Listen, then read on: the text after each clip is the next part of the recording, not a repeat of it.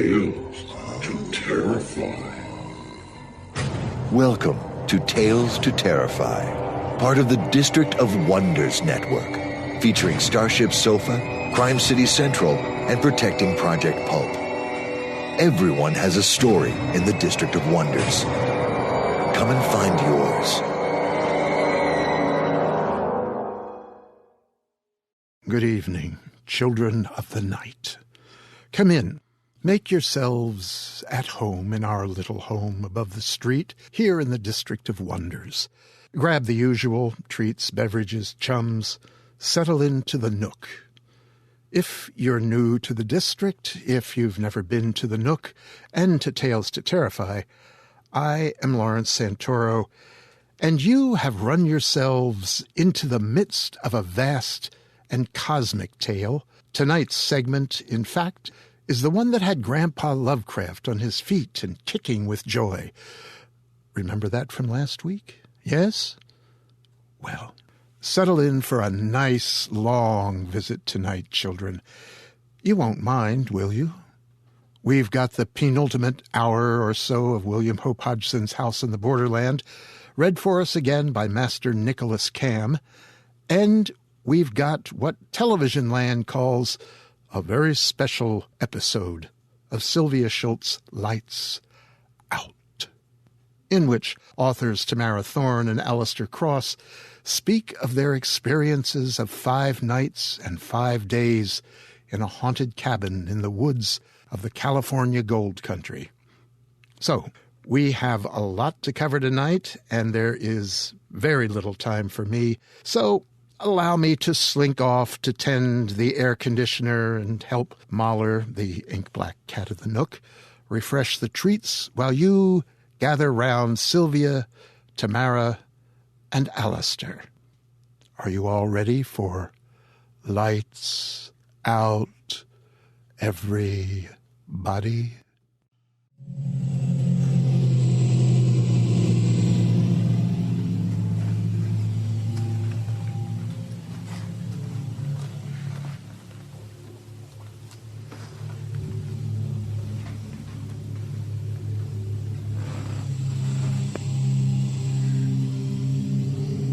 Hello, this is Sylvia Shults, your host for Lights Out. Welcome to the show. One of the very best parts about being a ghost hunter and a writer is the opportunity I have to meet interesting people. Sometimes they're people I've admired from afar for years. I got the chance to chat with 2 of those people recently. I have a real treat for you guys all out there in Electron land, so gather around the soft glow of the computer screen and let's go Lights Out. Once upon a time, there was a young horror writer named Sylvia Shults. She read every creepy book she could get her hands on, and quickly decided that third person was going to get old fast. One day, I picked up a lovely, thick, chewy-looking novel called Bad Things. It was written by an author named Tamara Thorne.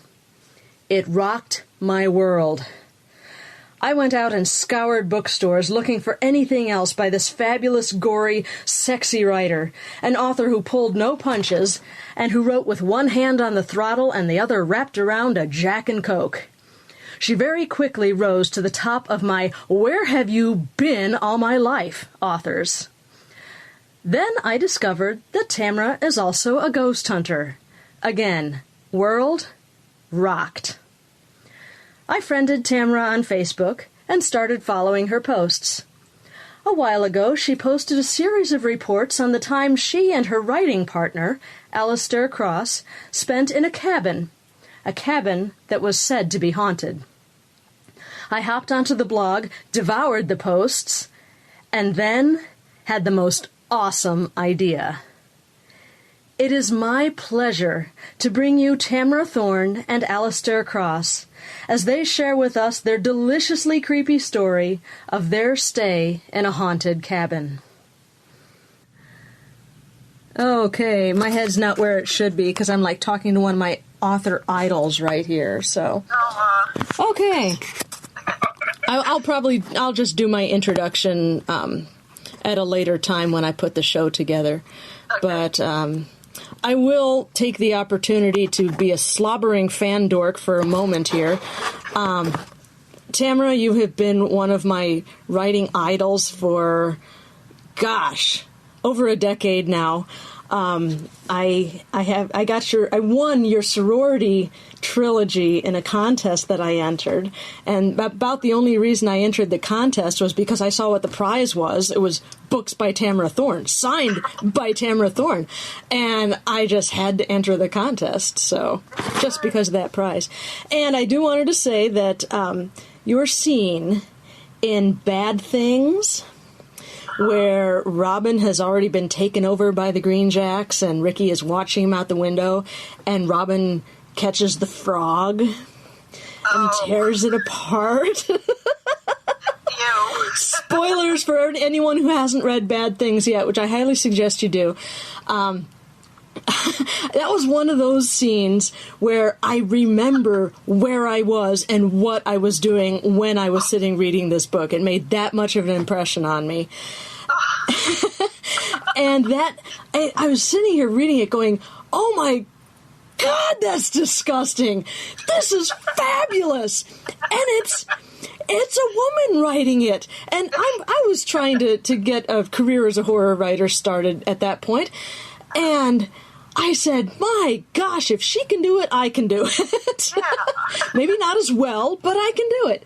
So many years later, I used that as kind of the inspiration for one of my scenes in a a novella that I wrote in, it's the last story in my collection, Dark at the Heart of the Diamond.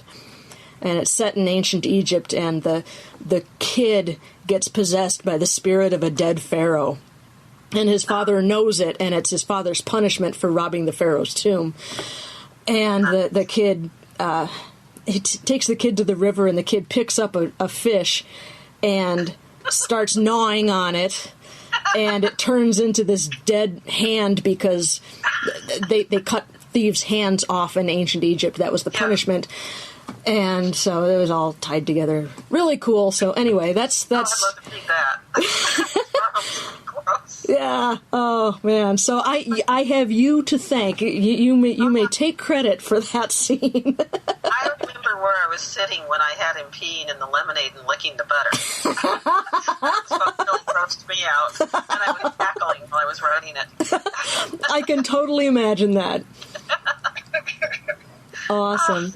Okay, so now, I know, Tamara, that you have a background in paranormal investigation. You have several entries in the Encyclopedia of Haunted Places that was edited by Jeff Belanger of Ghost Adventures. Tell me about your background in ghostly things, and then we'll ask Alistair the same question. Okay, well, it started when I was a wee tot. I just always liked ghost stories. I collected them, from first grade on. And then I've always been very skeptical, which is handy for what I do. And, I wrote ghost stories. And then when Haunted came out, not too long after that, the ghost hunting thing got big. And people started mistaking me for David Masters, the hero in the book, who's a horror writer who hunts ghosts. This was like having my cake and eating it too.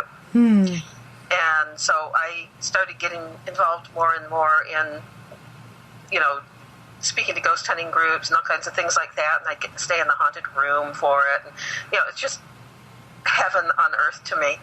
And I guess jumping back to when I was 21, we had a house. We rented a house. We were newlyweds, and it was odd. It jumped. Things jumped in it. There was a slight poltergeist phenomena, and I was convinced there was a glitch in the gravity because it didn't scare me. That's in my blog. And then a couple of years later, we had a house that scared the crap out of me when we went to move out. Footsteps started up, and I thought there was a prowler in the house, and, I had a broomstick, and I was going down the hall yelling, "I've got a gun." And I got to the front of the house where I could get into the foyer and out of there, and the footsteps had stopped, and then all of a sudden they started right in front of me and went right past me, and I heard the door behind the first door in the hall slammed shut, but it didn't. And I was out of there like a shot, and I waited for my husband, and we're moving out, and he thought that was pretty funny until the same stuff started happening to him later in the day. So I really value that, because otherwise I get so skeptical. There's very little I won't write off. And those two incidents, the first house with the poltergeist energy, that one, the real kicker was I'd never told my husband, and the real kicker was the day that we were sitting eating sandwiches in the kitchen, and there was a full trash can right in the middle of the room we were facing that needed to be taken out. Well, it levitated off the ground maybe 2 inches and then just slammed down, and we both saw it, and the jaws dropped. Did you see that? And we still talk about it. Wow. So those things let me know early on. There is stuff that I can't explain, and I love that. I love the mystery. So that's pretty much it. I go to haunted places in order to just soak up the atmosphere for books, and I go to haunted houses when people ask me to, and soak up the atmosphere, and that's all. Okay, Alistair, I know very little actually about you personally, but what was your background in paranormal? Well, I really have none. Tamara approached me with the idea of doing this because we had already decided that we were going to write together, and we both have that fascination with paranormal and ghosts and things like that. And she approached me with this idea, and we knew at that point, we'd already decided we were going to write together, and we kind of were thinking we probably ought to meet, we probably should see each other, before we commit to this, And so it really was just kind of an opportunity for us to meet, and it was, and it sounded really fun. And I don't have any major inexplicable things other than experiences, other than a few things when I was little. I thought, I heard some things. I, kind of had a creepy house that I grew up in. At least I think it was creepy. Some of my friends thought it was creepy too, so it wasn't just me. But I've never been really closed-minded about it. And I'd love to experience something that made me, convinced that there's something out there. And so I jumped on this. Yeah, I meant to ask you, how did you guys decide to become collaborators? Well, like you, I was a big fan.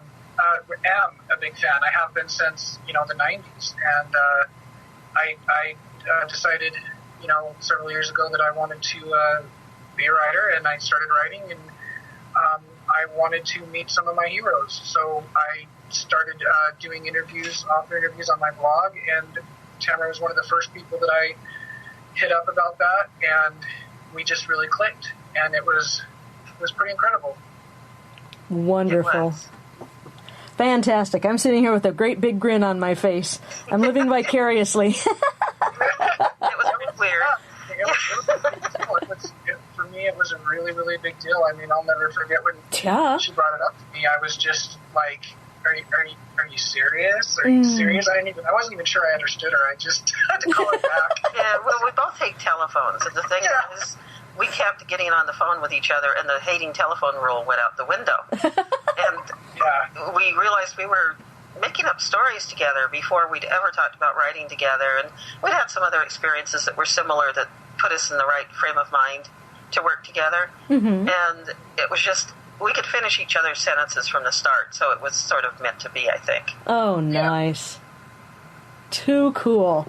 Okay, well, the focus of Lights Out is about people telling about their ghostly encounters.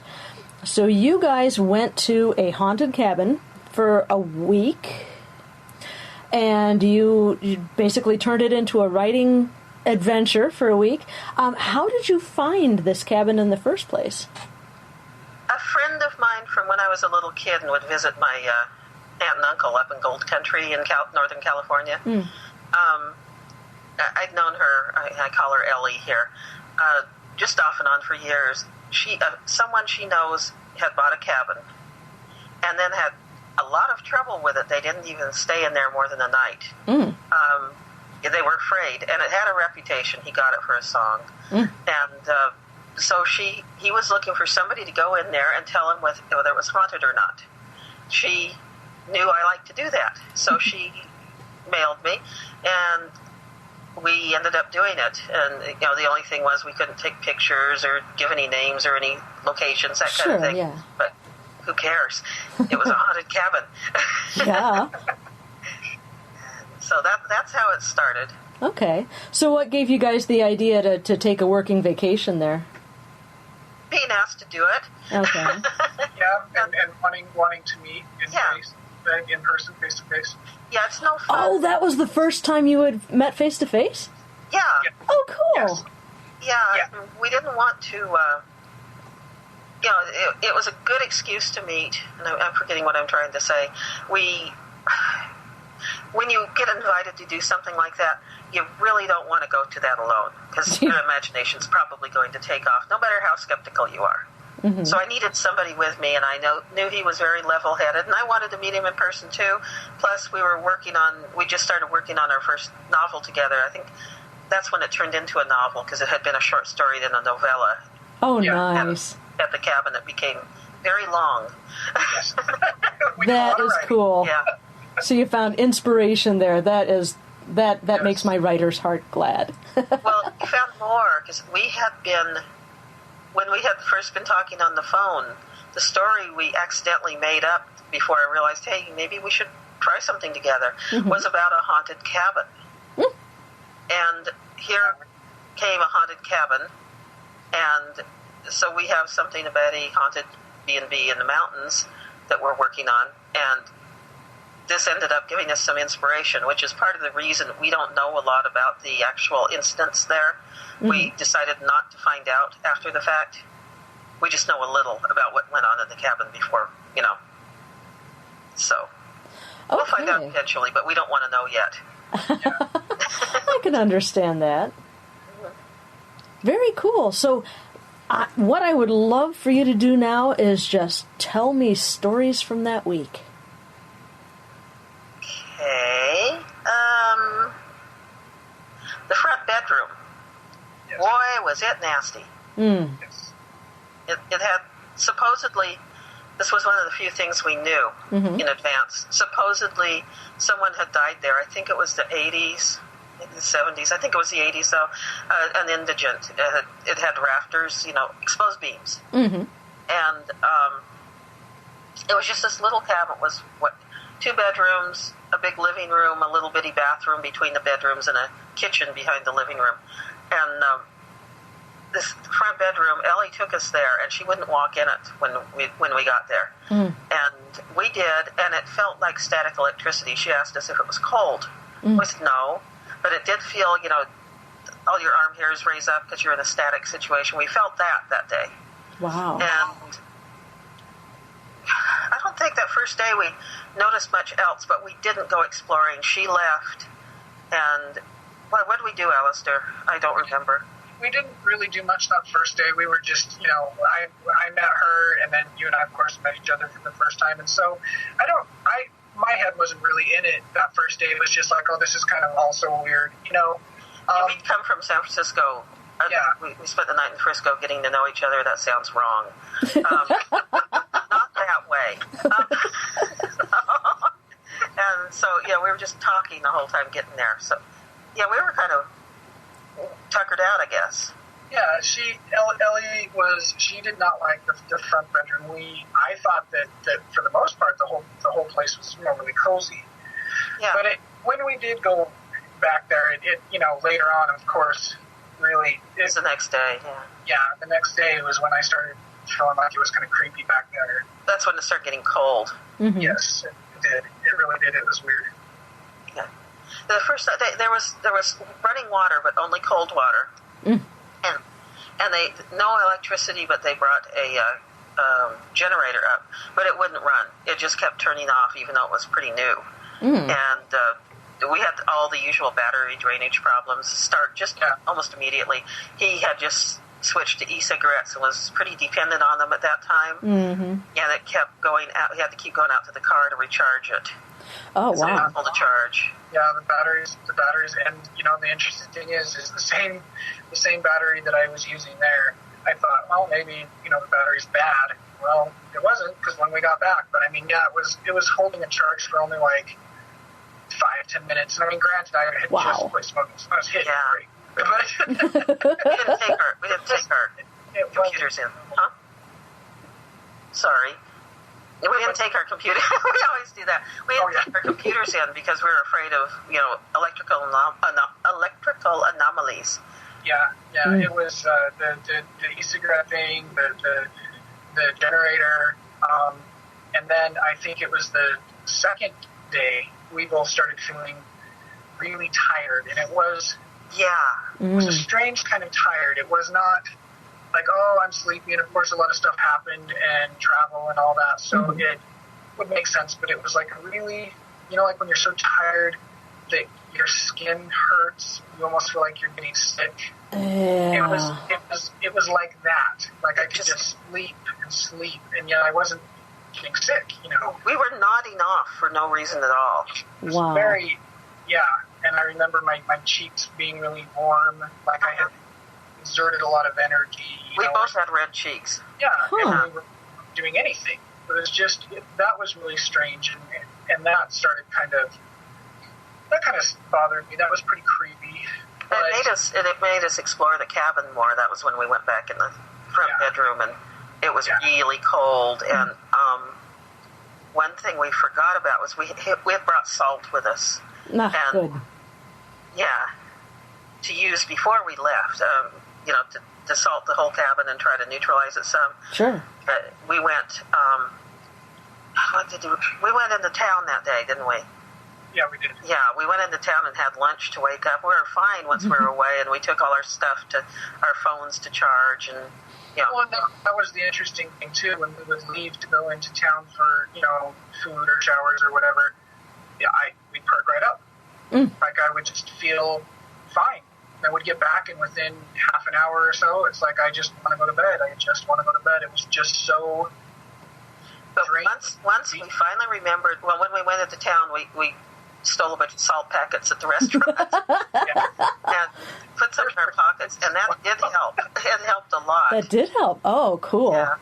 That always seems to help. I don't know why. It's supposed to be a neutralizer of some sort, but the batteries dying constantly, us falling asleep, the increase of the cold in that front bedroom, it's like we came to the conclusion that maybe we were being drained.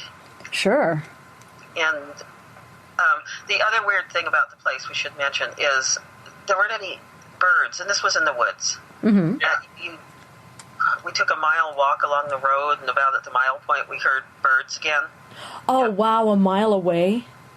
Yeah, I could be exaggerating. It might be 2/3 of a mile, but it was It was pretty far. Yeah. And the whole time we were there, we never heard anything. We never heard any birds. It was so strange. Yeah, and also the sense of direction was all gone, and I think that's why there were no birds. Yeah. The magnetite in the brain was being affected, and the cabin probably sits on some kind of weird ore or something. I don't know. I wanted you to mention that when you had gone out for a walk and you had trouble navigating your way back to the cabin. Oh, in the woods, yeah. We went sort of late in the day, and I was making these little rock arrows, being, Girl Scout, and but we had water and flashlights, and we left the kerosene lantern hanging by the back door of the cabin, and we stayed in a straight line. But suddenly, as it was getting dark, and we were being stupid being out that late, but we were anyway. We couldn't see the cabin all of a sudden, and we really were starting to think we were going to be stuck in the woods all night. But we finally saw the light. But we found a tree, and we never found it again. We thought it was very near the cabin, though, because we saw the light again after that. It looked like somebody had carved it. Might have been a pentagram, but we're not sure. And that was interesting. And then we found an altar later on. At least I think it was. It was a circle of stones, but they were flat, and there obviously had been no campfire there. And there were some stains like I'd seen before. When I wrote Eternity, I went to Mount Shasta, and there was an area where we kept seeing little rock altars with bloodstains all over them. Oh, my. Yeah, it's gross. And I'd seen that big bear, too. But, yeah, that was... I would imagine the birds stayed away because the oars messed up their sense of direction, because it sure messed up mine. Normally, I always know north and south, and I get queasy when I lose it, and oh boy, did I lose it. Fortunately, I didn't lose my lunch, though. Oh, good. That would have been disgusting. Like, bad thing. Must have you puked? Yeah. Well, we did hear lots of noises, though. Every night we had noises, even the first night. Oh, wow. I woke up about 3 a.m., and I was sort of having nightmares, but that's to be expected when you're in a place like that. And there were 2 big couches in the living room, and a fireplace that took up the whole wall. Not the fire part, but this rocky fireplace with crystals and things. And so we have that burning, and the lanterns wouldn't stay on except for the kerosene, but we pretty much kept it bright. And we had 2 sleeping bags and 2 couches, and that's how we didn't split up. That would have been creepy. So the first night, it was like 3 in the morning. We woke up hearing little knocks and stuff in the walls, but I remember hearing knocks like that in the walls in other cabins when I was a kid, and it was probably squirrels the first night. Really sounded like that, but it was still kind of creepy. Yeah, I think it was definitely creepy. It's, and there's this feeling, I think, that around the second day that I really started feeling, and you can't describe it, you can't prove a feeling, but you just know when something's there. There was that feeling came and went a lot, and that was I've never really exactly experienced anything like that. It's like your inner caveman is aware of something off, that your intellect keeps saying, "Oh, it's probably just scaring yourself." Yeah. And I mean, it's kind of a morbid, comparison. But if you've ever been, to an open casket funeral and you've looked down at the body and you see this person sitting there and you don't feel them, they're just a shell. Sure. You don't realize until that moment that you can feel people. It's the same thing, when there's something there that you can't see. You're not aware that you can really feel it until you do, and then you're like, something's here. I have never heard it explained that way, but that's really something to think about. Well, yeah. You can't tell, you can't prove anything like that, but you feel life. Yeah. You feel it, whether you know it or not, and likewise you feel the lack of life. And there was a definite sense of something besides us there. And it wasn't constant. It wasn't constant. It came and went, but it was weird. It was really strange. It was. It was. I never could have stood that place alone, but with Alistair along, I could be very brave. I'm very macho in these situations. Yes, you're the one with experience, so you have to be. Yeah. Like your girl, that's okay. No, you were great, and you explained that really well. There's a dark energy there of some sort. I say dark for lack of negative energy, something. Yeah. And it wasn't pleasant. No, and that was also the day we saw the cuckoo clock for the first time in the back bedroom, and we found the suitcase back there. Yeah, we went and we were exploring all the rooms, and there was a suitcase up on top in the bedroom. An armoire thing, stuff alone. Yes, and I brought that down and picked it up. There's a bunch of stuff from like the 60s, magazines and a calendar actually from I think 1964, I believe. Yeah, I think so. And there was a McCall's magazine, and I looked in it because I remembered the paper dolls from it, and it had been cut out. The page was gone. You could still see where the page was, because I had those at that age. And then the blue dress looked like from the 60s. So we were making up stories about the little girl and her parents. Yeah, that didn't probably help the creepiness at all. No, and that was when we went in the kitchen, really, and realized we hated the kitchen, and wasn't super spooky or anything. It was just nasty in there. It didn't have a good feel, so we were making up stories that the parents fought a lot. But interestingly, this stuff was all from the 60s, and that's the decade that they didn't mention. It was the 50s, the 70s, and 80s that had incidents. So we don't know that it had anything to do with anything, but it sure made it fun.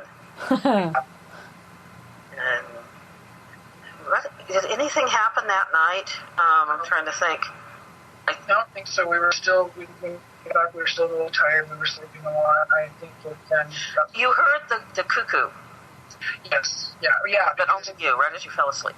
Yeah, we got the cuckoo clock. We did all that. We went for a walk.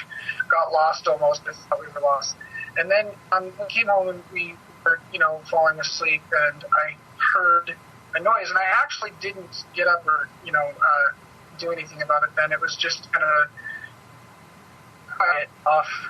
It wasn't really a disturbing sound. I was almost asleep anyway, and I didn't even remember it until later. Next day, yeah. It ended up being the cuckoo clock because... Oh, wow. And yeah, exactly. That was probably it wasn't the creepiest thing, but it was definitely one of the creepy things because I didn't even think anything about it. I fell asleep the next day. We were doing our stuff, whatever. We were doing a lot of writing. We tried to watch a movie. We couldn't because, all the batteries on everything were dead. And the puzzle. We were working on the puzzle a lot, too. When we weren't writing, we had a puzzle to do. Mm-hmm. Yes, and we also had a Ouija board because we thought it would be fun. That was... I'm trying to think. We went into town on the third day, and we were talking about using the Ouija board and stuff, and we were really feeling pretty proud of ourselves. And then we went back, and we were working, and then, that was when, and we weren't tired anymore, and we changed the salt a couple times, to fresh salt in our pockets and all that. Excellent. And, who knows if that was what was working, but it was great. It was a feather for Dumbo if it wasn't really working. There you go. But we think it was, yeah. And so that, as it got to be evening, we worked our tails off. We were really proud, and we decided to stay the extra days. So we went out to the car. I went out and got my computer because I had a copy of Airplane in it, because you don't watch haunted house movies in a place like that. And it was totally charged up, and we used mine because it was a Mac, and they're not supposed to be as weird as PCs for this kind of thing. Mm-hmm. Now, the battery was dead in 5 minutes. Oh, jeez. So, it went right back in the car, but I took it outside, and I turn around, and I hear the front door open, push open, and it's Alistair, and he's standing there with a look on his face, and he should tell you about that. Oh, please do. Yeah, because this was when I heard the clock again, and knew, I wasn't falling asleep. Mm-hmm. And I didn't say anything because I thought for sure that, as soon as you leave, I start hearing creepy noises. Those wonderful things for your masculinity. That's exactly. He told me, though, he did tell me, because I was asking about the Ouija, because he's starting to act like, well, maybe we shouldn't. What happened? Something happened. I heard this cuckoo. And so I explained to him about residuals. They're nothing, right? They're just, leftovers. Uh-huh. And so what did we do after that? Well, you kind of broke me down. You explained to me kind of like what residual, hauntings or whatever are, and I felt a little more comfortable with it, and we decided to go ahead with the Ouija board. Yeah. Mm. Okay, tell us about that. Nothing happened for so long that we were making really bad jokes. You two? No. No, we're very serious. It was, let's call Zorro, let's call Robin Hood, because we were bored. And also, if you get silly and lighten up, things may happen because you're not so anxious. Mm-hmm. And they did. We just nothing was happening. We took our hands off the planchette, and it appeared to shift several inches. It did move, and at the time it was, holy cow. And now we're not so sure that we didn't move fast and make it move itself. Mm-hmm. We don't know.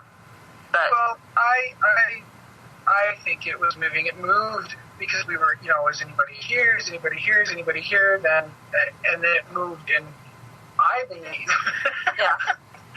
I believe it was moving towards yes. He might be right. He very well might be right, but there's just no way to be sure. Right. We weren't filming it or anything. It was creepy. And then, this was the same night then, guess who else heard the cubicle? Plain as day. Mm. And it was like, what was creepy, and I was trying not to say it to Alistair because I didn't want to spook him, but all these horror movies are going through my head, like, lines from Haunted. The house is waking up. It's growing in energy. It's alive. Mm. And so I was trying not to say that, but I was sure thinking it. Wow.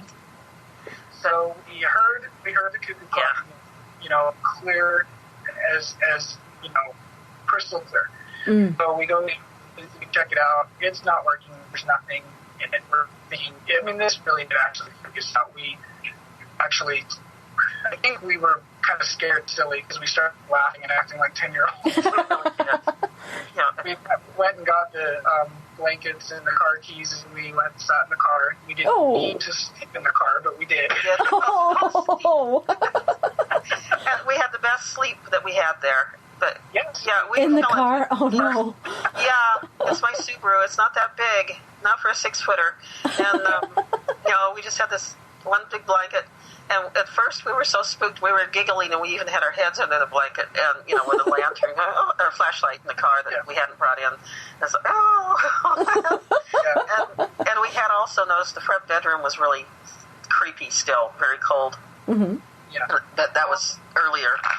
But, we fell asleep, and then we woke up like 9 in the morning. And that was when we really, really noticed we noticed it before, but this is when it was really kind of creepy that there were no sounds from birds. Because, that clock thing, we thought, maybe it's a bird, who knows.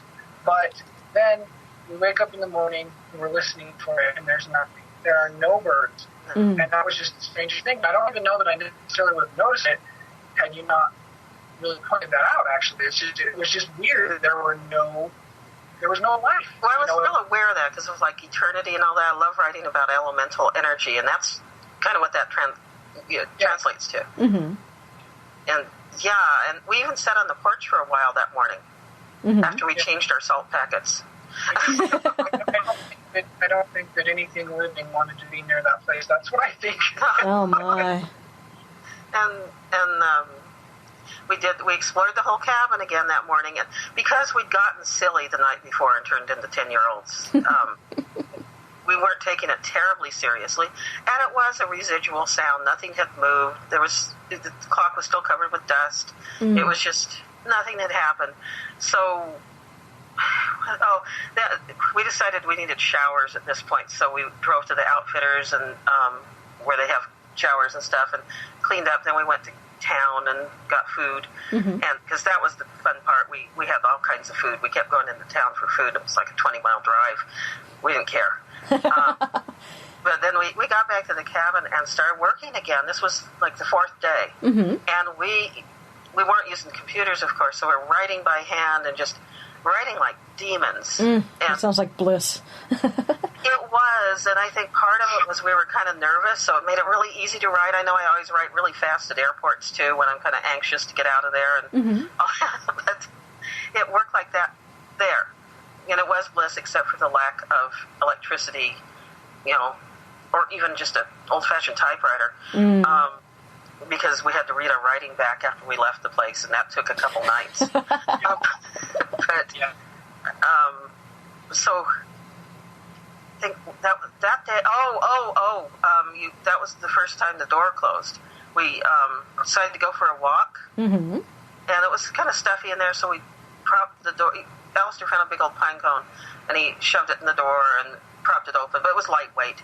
And we went for a walk to see if we could find those stone arrows I'd made, or that wood with the carving.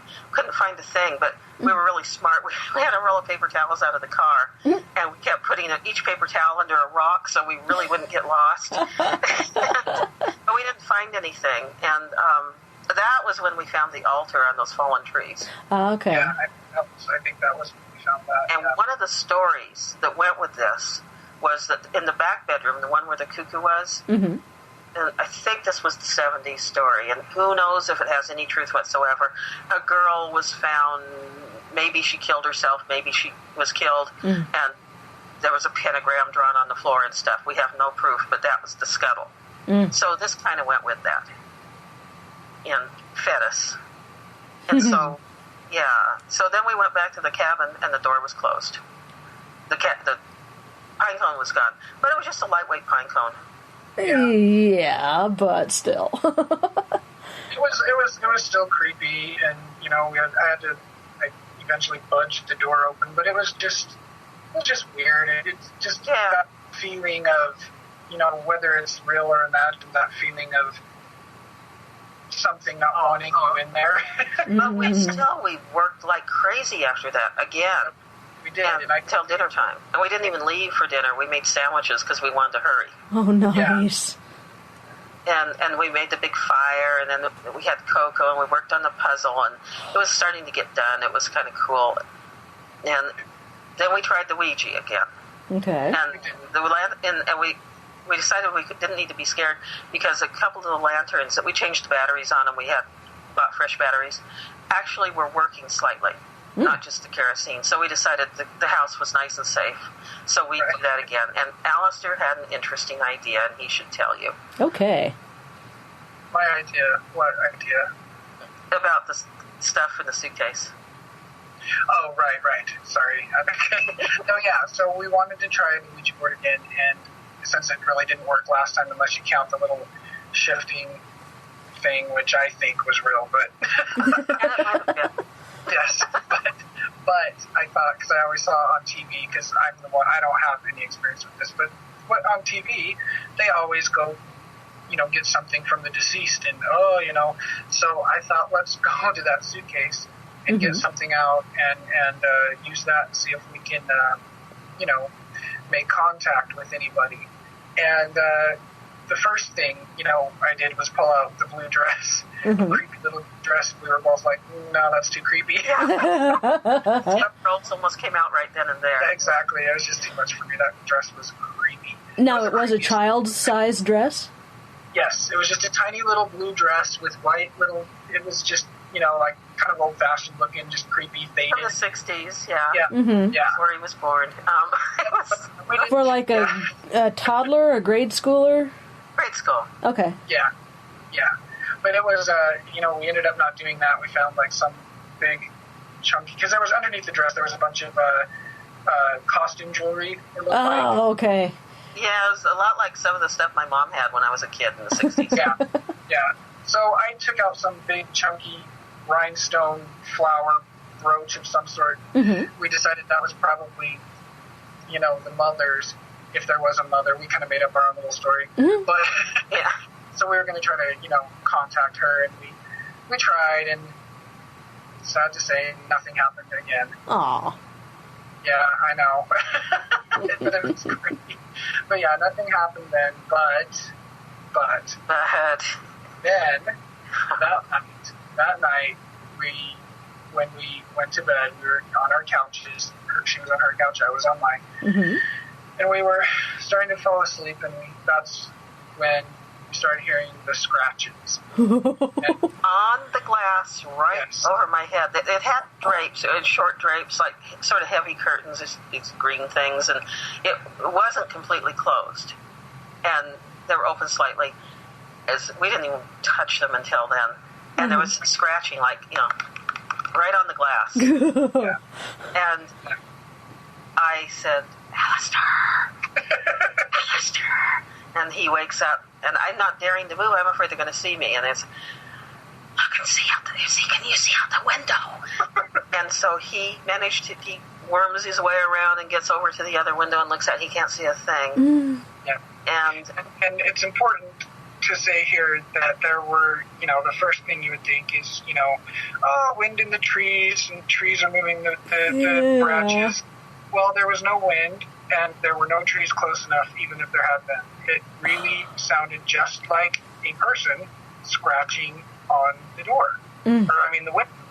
It was, Later, wind did come up, but this was hours before it did. We were up late that night. Do tell. Blowing 30 miles an hour wind, 30 mile an hour winds. It wouldn't matter. There were no trees close enough to do that. They couldn't touch the cabin. It had, they're trimmed back, so, it's fire hazards. I guess. I assume. So I go and I check, and I don't see anything, and then there's this other, weird element to it. It's like once you start, to go look, it stops. Yeah. So naturally, you assume the worst because I'm aware of it. It stops. It's aware of me. Yeah, exactly. Exactly. Yeah. So it knows I know. Yeah, exactly. There's nothing there, so I go and lay back down, and it was quiet for a while, and then it starts up again, and this time it's even a little bit louder. And I was scared, actually. We both bolted upright. We really did. I actually got scared, and I actually felt mad because I don't like being scared. No. We were both swearing. I started thinking, this whole thing was probably some sort of sick joke. So I started having all kinds of thoughts. I'm like, how well, I'm asking Tamara, how well do you know this woman? But, I mean, really, this is just too weird. And I thought, no, it wouldn't be her, but it could be local teenagers or something. Yeah, and local being like 20 miles away. Yeah. Yeah. But I got kind of paranoid and kind of mad and started thinking that somebody was doing mean things to us. And, Tamara assured me that, she's known Ellie her whole life, and there's just no way that it could be her. And But it could be somebody else. It could be somebody else. But there was no evidence of a person, so... Yeah, but if you didn't see anybody there... Well, there's a chance it could be a bear. I hate bears, and he was teasing me about bears, because maybe it's a bear. Yeah, like, you would have been glad it was a bear, and that's how I knew. That's part of the reason I started getting really so scared, is because she hates bears, and she said, oh, I hope it's a bear. And I'm like, oh my God, we're in deep crap. I thought the same thing when I heard that come out of my mouth. We'd look outside and there was nothing there, and we'd hear that every time we'd start to relax a little or get quiet, it would start again. So it was like it knew, and we wouldn't see anything. And then I don't know how much time passed, but we wedged one of the sofas up against the front door, and we put a chair under the kitchen doorknob. Yeah. And made sure everything was closed up, and then we put our sleeping bags on the floor in front of the fireplace where nobody could really see us through the couches or anything, and we just kind of sat there with pieces of firewood in our hands to bash whatever it was. Because now the wind did come up that night, but tell her, Alistair, tell her about all the noises all night. They were everywhere. It was, and basically, we would hear, the most thing that we heard was scratching, and it seemed to be at the windows. Also, it seemed to come from the door. We heard right on the front door, this scritch. Night, it was really creepy. I kept thinking of, Salem's Lot, when that voice at the hospital window. It wasn't quite that bad, but and the hook is outside waiting for you, everything. And but so, we kept telling ourselves it was humans. Yeah, or there was still the hope that it was maybe there. or rodents of some sort, because but it was pretty much all night long. I think we both kind of slept somewhere in between sleeping and waking all night, because every little noise that I would hear, I was just wide awake, and it went on and off pretty much all night long. Yeah, at dawn. It sounded had a really deliberate sound to it, and that's what creeped me out. It wasn't. It was, yeah. It didn't sound really random. It sounded deliberate, and that freaked me out. Oh my! That was the worst. And it sounds weird that we could sleep at all, but we were exhausted, and it was just sort of this state where you're not really awake or asleep. Yeah. You're almost numb at that point, and we were locked in the cabin. It was, like a fiction story. It was hysterically funny after the fact. But at dawn, we did fall asleep for a couple hours, so we weren't totally screwed up. Okay. Yeah. After we after we got up for a while, we went back to bed, and then we got up, we started working again, we went outside, we went outside, and this was me. This is really creepy and funny. Yeah, so I brought a copy of Twilight because I thought that it would be funny to read to Tamara from passages from Twilight, because I know she's such a fan. So we decided to prop the door open and go for a walk, and I put the book in the door to and keep he did it well this time, not like the pine cone. Right, yeah. It's a little more substantial than a pine cone. Yeah, exactly. And when we went and looked around, we just went and looked around. We looked for footprints and things and tire tracks, but there had been some wind by morning. There was nothing. And we realized the owner had a teenage son, so it could have been him and his friends, or maybe somebody homeless messing with us. We just didn't know. Something that weird all night long. And no giggles? No giggles. Yeah, no, it was not funny, whatever it was. It like I said, it felt so deliberate, and it was not trying to be funny. It didn't feel like. Yeah, it was like Wendigo's. I can't ever say that right. Wendigo stories. Things like that. Out in the woods and the elements, and it just, maybe it was in. I know that rodent noises and things like that can become incredibly loud. I had a field mouse in my bedroom off a sleeping bag when I was a kid, and I swore there was something the size of a giant rat in there walking around. And that was just a little itty-bitty tiny field mouse. And so we know that can happen, but it sure was deliberate and scary. It gives me, it's making the hairs rise on me thinking about it now. Oh, yeah. So then we decided to go back in, right? And we don't see anything. We decide to go back in, and the door's shut, and the Twilight book is gone. And I swear to God, the Twilight book we never saw again. I have no idea. I still joke about it. I'm like the Twilight-loving ghost. I don't know. The book is gone. We never saw it again, and the door was jammed shut again. So I had some pretty sore shoulders by the time this was all said and done. But we got the door open. And it was just out of plumb, I guess, because the key wouldn't open it either. It wasn't locked. I tried the key. Yeah. But it was, and we looked all over for the book several times. Yeah.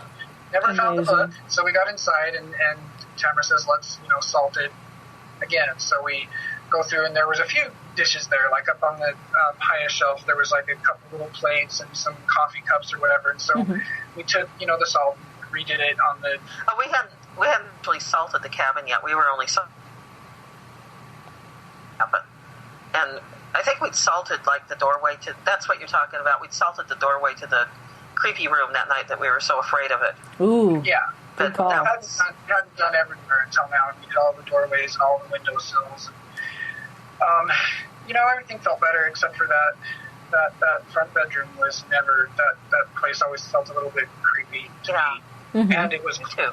We joked, we should just put the food in the front bedroom, and then we don't need to go get ice. It was that cold. It really was. After the first day, it just stayed colder and colder. Yeah, it was weird. But I always think of cold spots sort of as energy drains, and this, if that's the right thing to think of, this was one giant energy drain. Yeah. And it was creepy. Oh, but we had the puzzle, Alistair. Yeah. And we went back in. She'd been working on the puzzle a lot more than me. I don't have the patience for puzzles too much, but she made pretty good progress on it. And this was when, after we got inside, we salted the place, we worked for a while, and said, let's go for a walk, We did hear a bird, and this was before we went. We heard another bird noise, and we thought maybe it could be the cuckoo clock, and we didn't know, so we were like, by then we were just like, I don't even care anymore. I just forget it. It's a bird. even if it was the clock, we're gonna go there and stare at it, and it's just gonna sit there. So who cares?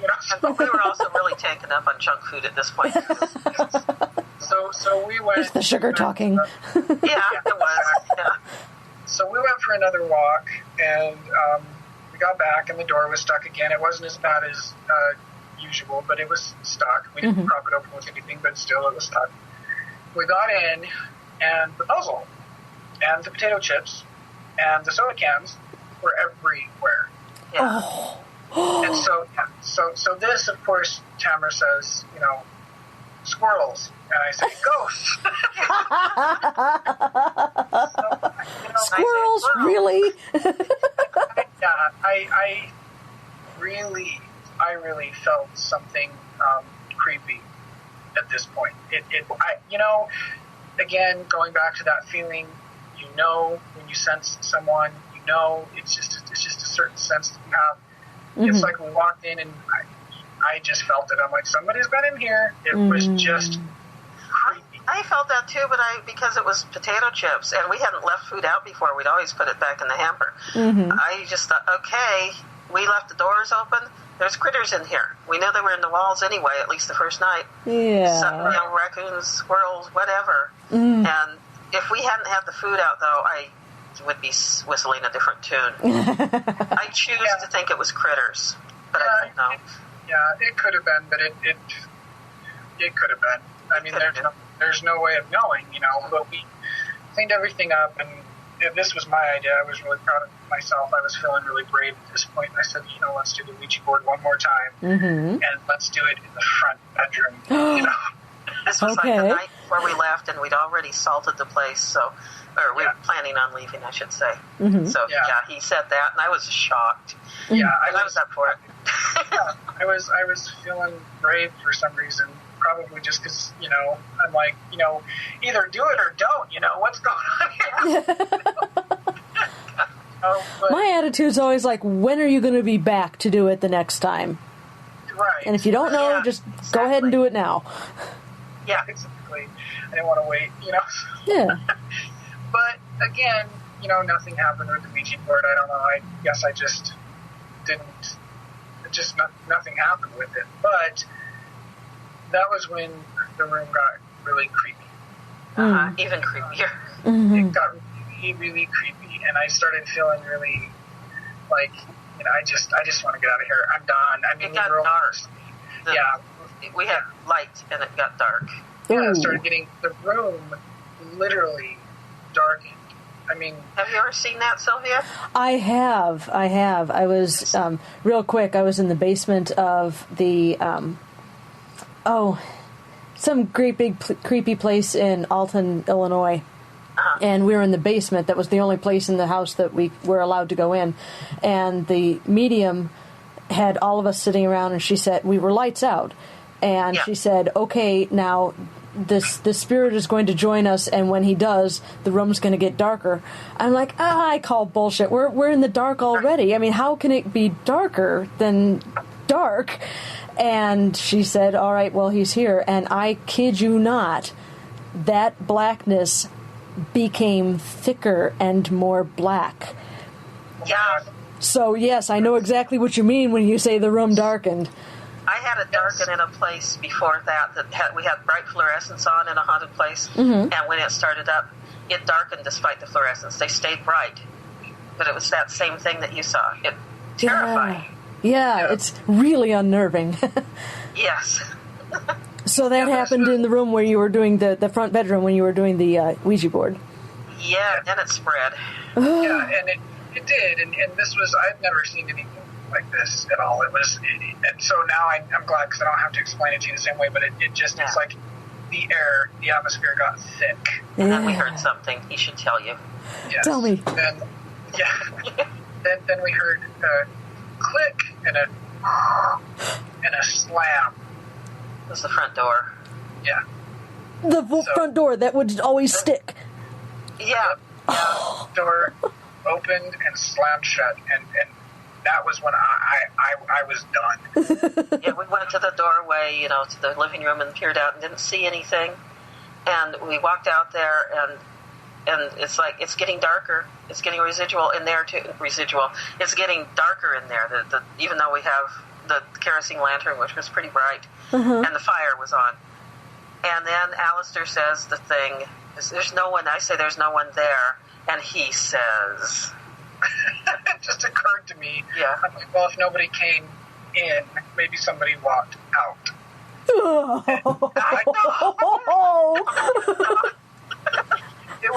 It just flew out of my mouth before I could think about it, because I'm like, well, nobody's in here. Somebody probably walked out. And then I was like, oh my God, we gotta get out of here. Oh, it was horrible. And fortunately, almost everything was already in the car because we'd packed up that day. Uh-huh. Yeah. And we just grabbed our stuff. Oh, and wasn't there... What else happened? We stayed in there a few minutes in the living room, right? Because we'd never had trouble there. Yeah, but we it stayed changed. in minutes, and you basically said, okay, this is where the best, writing comes from. Yeah. Sit down and close your eyes and just feel the atmosphere, feel the, emotional charge of the room. Sure. Let your mind go. Yeah. Yeah, and we did, and it got really creepy. It was just a really eerie feeling. That's when it really started, really feeling thick. Mm-hmm. And like charged, like electrically. It was just unreal.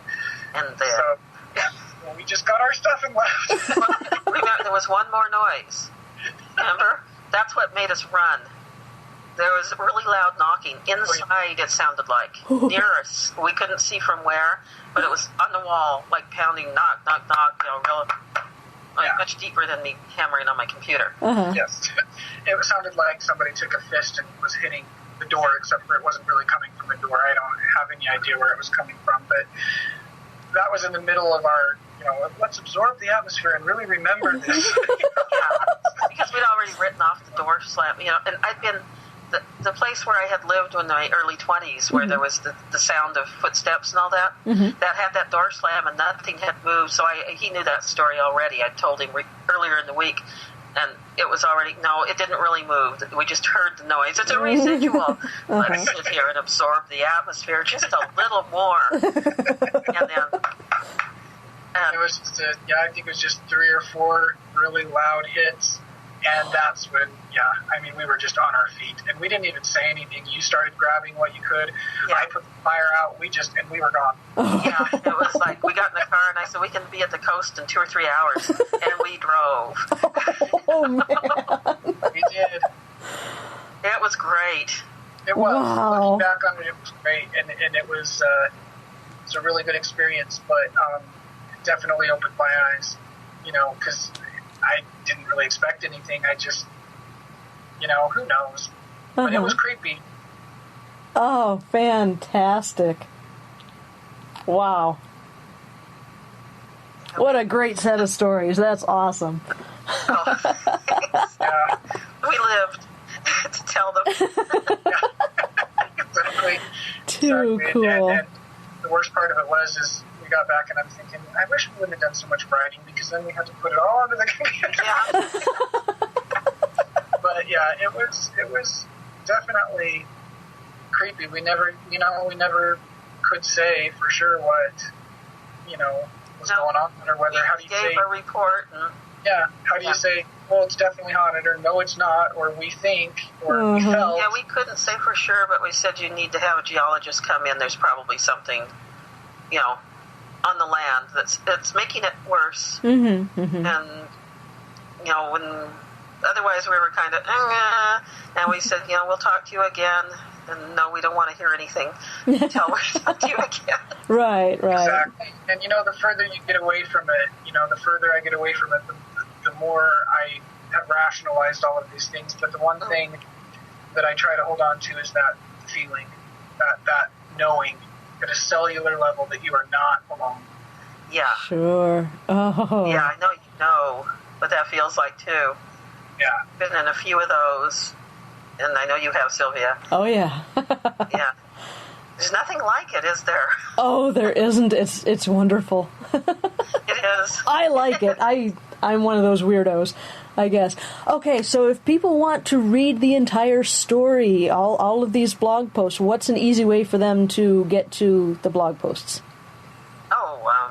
The fastest way would be to go to either one of our websites, because our websites... Yours, Alistair, yours has the best. Oh, we both have links to it, but you actually have it on your website? Yeah. I have on my website, which is alistaircross.com, I actually have a link that goes directly just to the haunted cabin stories, and it's the link that it says haunted cabin, so you click on that and you'll go straight to it. And Yeah, I think that's where that's the way I got to it. Yeah, and that's ALISTAIR cross.com for everyone who's listening. Yes. Okay. And Tamara Thorne's is just tamarathorne.com, and she's got her stuff together too. And anything you need to find, you'll find there. Yeah. Yeah, but his is the best way to get directly to the thing. Cool. And speaking of finding things, tell us about Grandma's Rack. Woo! It will be out this fall. We've written it. Now we're letting it sit while we write something else. Cool. And then we'll go back to it and do the rewrite. And it's a horror story. It's our first collaboration. And now we're working on our second and third simultaneously. Oh, brilliant. We like getting together. Yeah. That's more stuff you can find on our website. It'll be out later this year, and we also have a paranormally inclined serialized erotic novel coming. Well, it's serialization, so a series of installments coming out in ebook starting this summer. So that will actually be out first. Okay. Yeah, little dark shadows in there and a lot of sex. And it's called Belinda. Alrighty. Yeah. Very so cool. Grandma's Rack is about witches and wars, and you'll see that if you just check either of our websites. It explains it. Or Facebook pages. And it's all there. Wonderful. All right. Well, I cannot tell you guys what a treat this has been for me. Thank you so much for gracing my little Lights Out show with your presence. I really, really appreciate it. Thank you. We really enjoyed ourselves. Good. Yeah. Good. Love your show.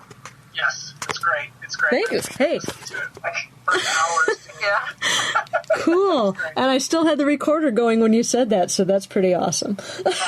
Haven't turned the recorder off yet.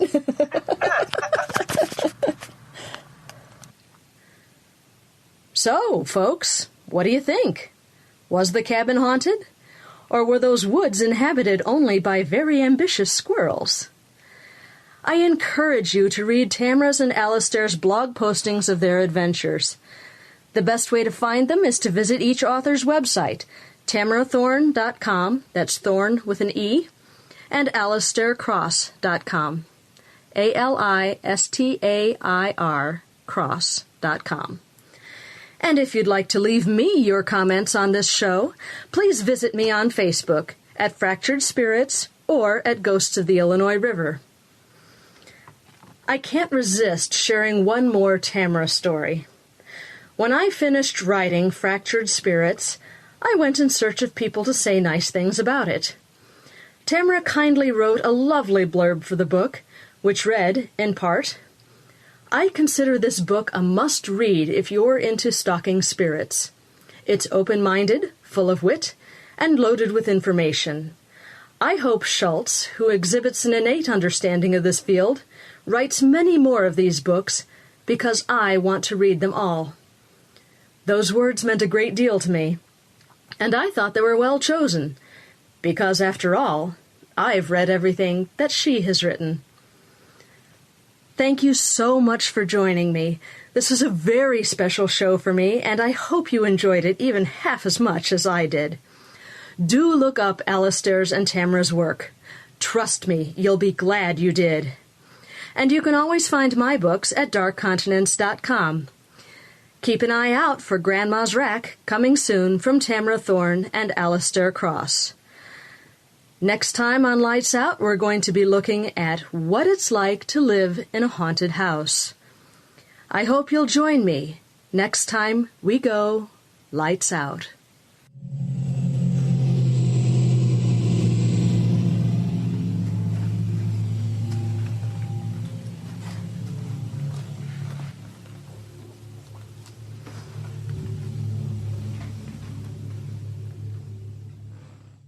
Thank you, Sylvia and friends. You know, the closest I've come to an experience such as that was way back in 1966 when a passel of us, students and professors, spent some time in the Pennsylvania mountains in an antebellum cabin that had been a station on the Underground Rail...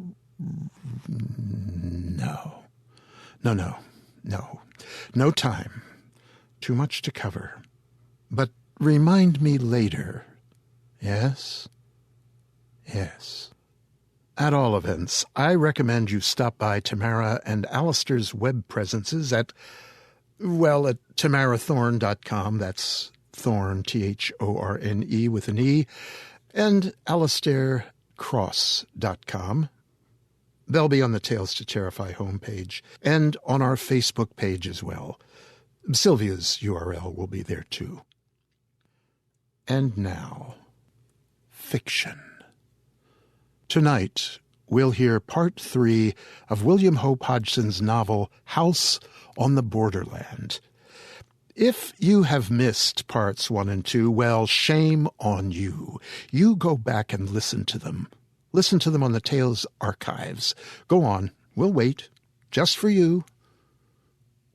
Or, failing that, here's yet another Previously On segment that will give you the basics of what has happened, but without the chill terror of having snuggled with a chum in the dark as Nick whispered all the horrors to your ears.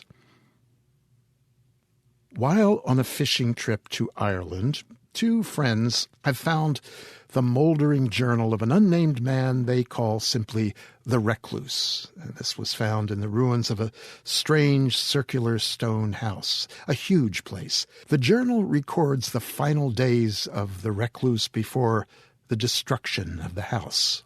This Recluse, his sister, and faithful dog Pepper live in what apparently is a place shunned by the locals, who believe it was built by the devil.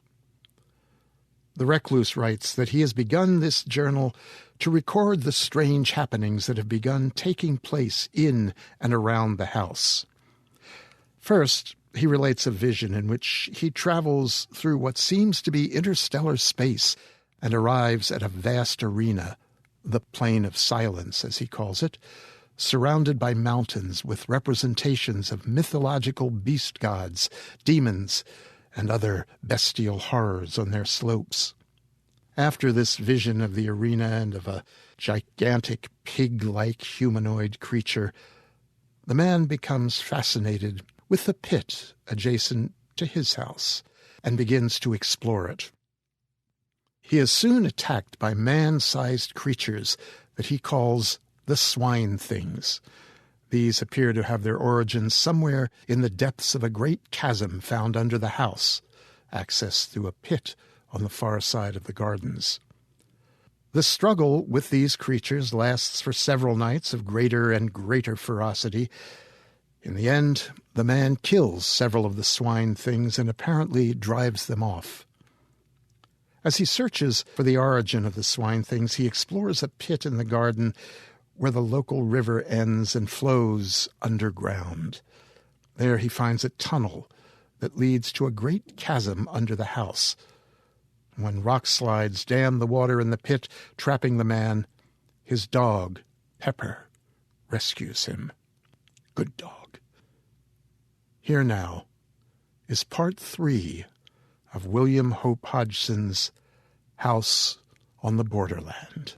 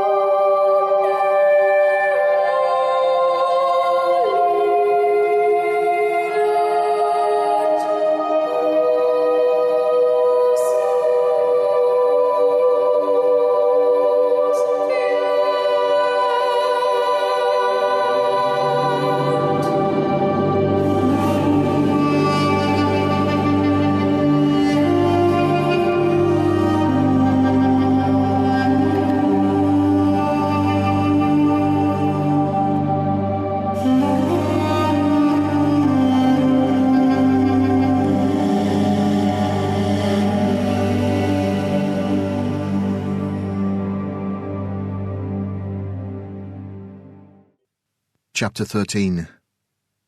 The Trap in the Great Cellar. I suppose I must have swooned, for the next thing I remember I opened my eyes and all was dusk. I was lying on my back with one leg doubled under the other, and Pepper was licking my ears. I felt horribly stiff, and my leg was numb from the knee downward. For a few minutes I lay thus in a dazed condition. Then slowly I struggled to a sitting position and looked about me. It had stopped raining, but the trees still dripped dismally. From the pit came a continuous murmur of running water. I felt cold and shivery. My clothes were sodden and I ached all over. Very slowly the life came back into my numbed leg, and, after a little, I essayed to stand up. This I managed at the second attempt, but I was very tottery and peculiarly weak. It seemed to me that I was going to be ill, and I made shift to stumble my way toward the house. My steps were erratic, and my head confused. At each step that I took, sharp pain shot through my limbs. I had gone perhaps some 30 paces when a cry from Pepper drew my attention, and I turned stiffly toward him. The old dog was trying to follow me, but could come no further owing to the rope with which I had hauled him up being still tied round his body, the other end not having been unfastened from the tree. For a moment I fumbled with the knots, weakly, but they were wet and hard and I could do nothing. Then I remembered my knife, and in a minute the rope was cut. How I reached the house I scarcely know, and of the days that followed I remember still less. Of one thing I am certain, that, had it not been for my sister's untiring love and nursing, I had not been writing at this moment. When I recovered my senses, it was to find that I had been in bed for nearly 2 weeks. Yet another week passed before I was strong enough to totter out into the gardens. Even then, I was not able to walk so far as the pit. I would have liked to ask my sister how high the water had risen, but felt it was wiser not to mention the subject to her. Indeed, since then I have made a rule never to speak to her about the strange things that happen in this great old house. It was not until a couple of days later that I managed to get across to the pit.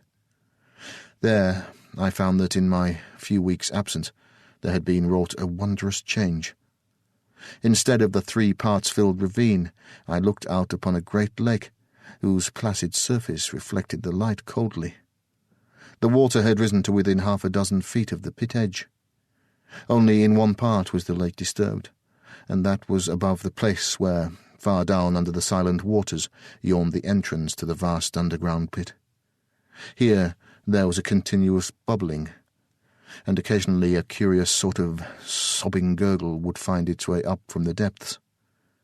Beyond these there was nothing to tell of the things that were hidden beneath.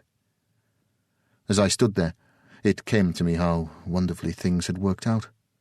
The entrance to the place whence the swine creatures had come was sealed up by a power that made me feel there was nothing more to fear from them. And yet, with the feeling, there was a sensation that now I should never learn anything further of the place from which those dreadful things had come. It was completely shut off and concealed from human curiosity forever. Strange, in the knowledge of that underground hellhole, how apposite had been the naming of the pit. One wonders how it originated and when. Naturally, one concludes that the shape and depth of the ravine would suggest the name pit. Yet it is not possible that it has, all along, held a deeper significance, a hint, could one but have guessed, of the greater, more stupendous pit that lies far down in the earth beneath this old house. Under this house. Even now the idea is strange and terrible to me, for I have proved beyond doubt that the pit yawns right below the house, which is evidently supported somewhere above the centre of it upon a tremendous arched roof of solid rock. It happened in this wise that, having occasion to go down to the cellars, the thought occurred to me to pay a visit to the great vault, where the trap is situated, and see whether everything was as I had left it. Reaching the place, I walked slowly up the centre until I came to the trap. There it was, with the stones piled upon it, just as I had seen it last.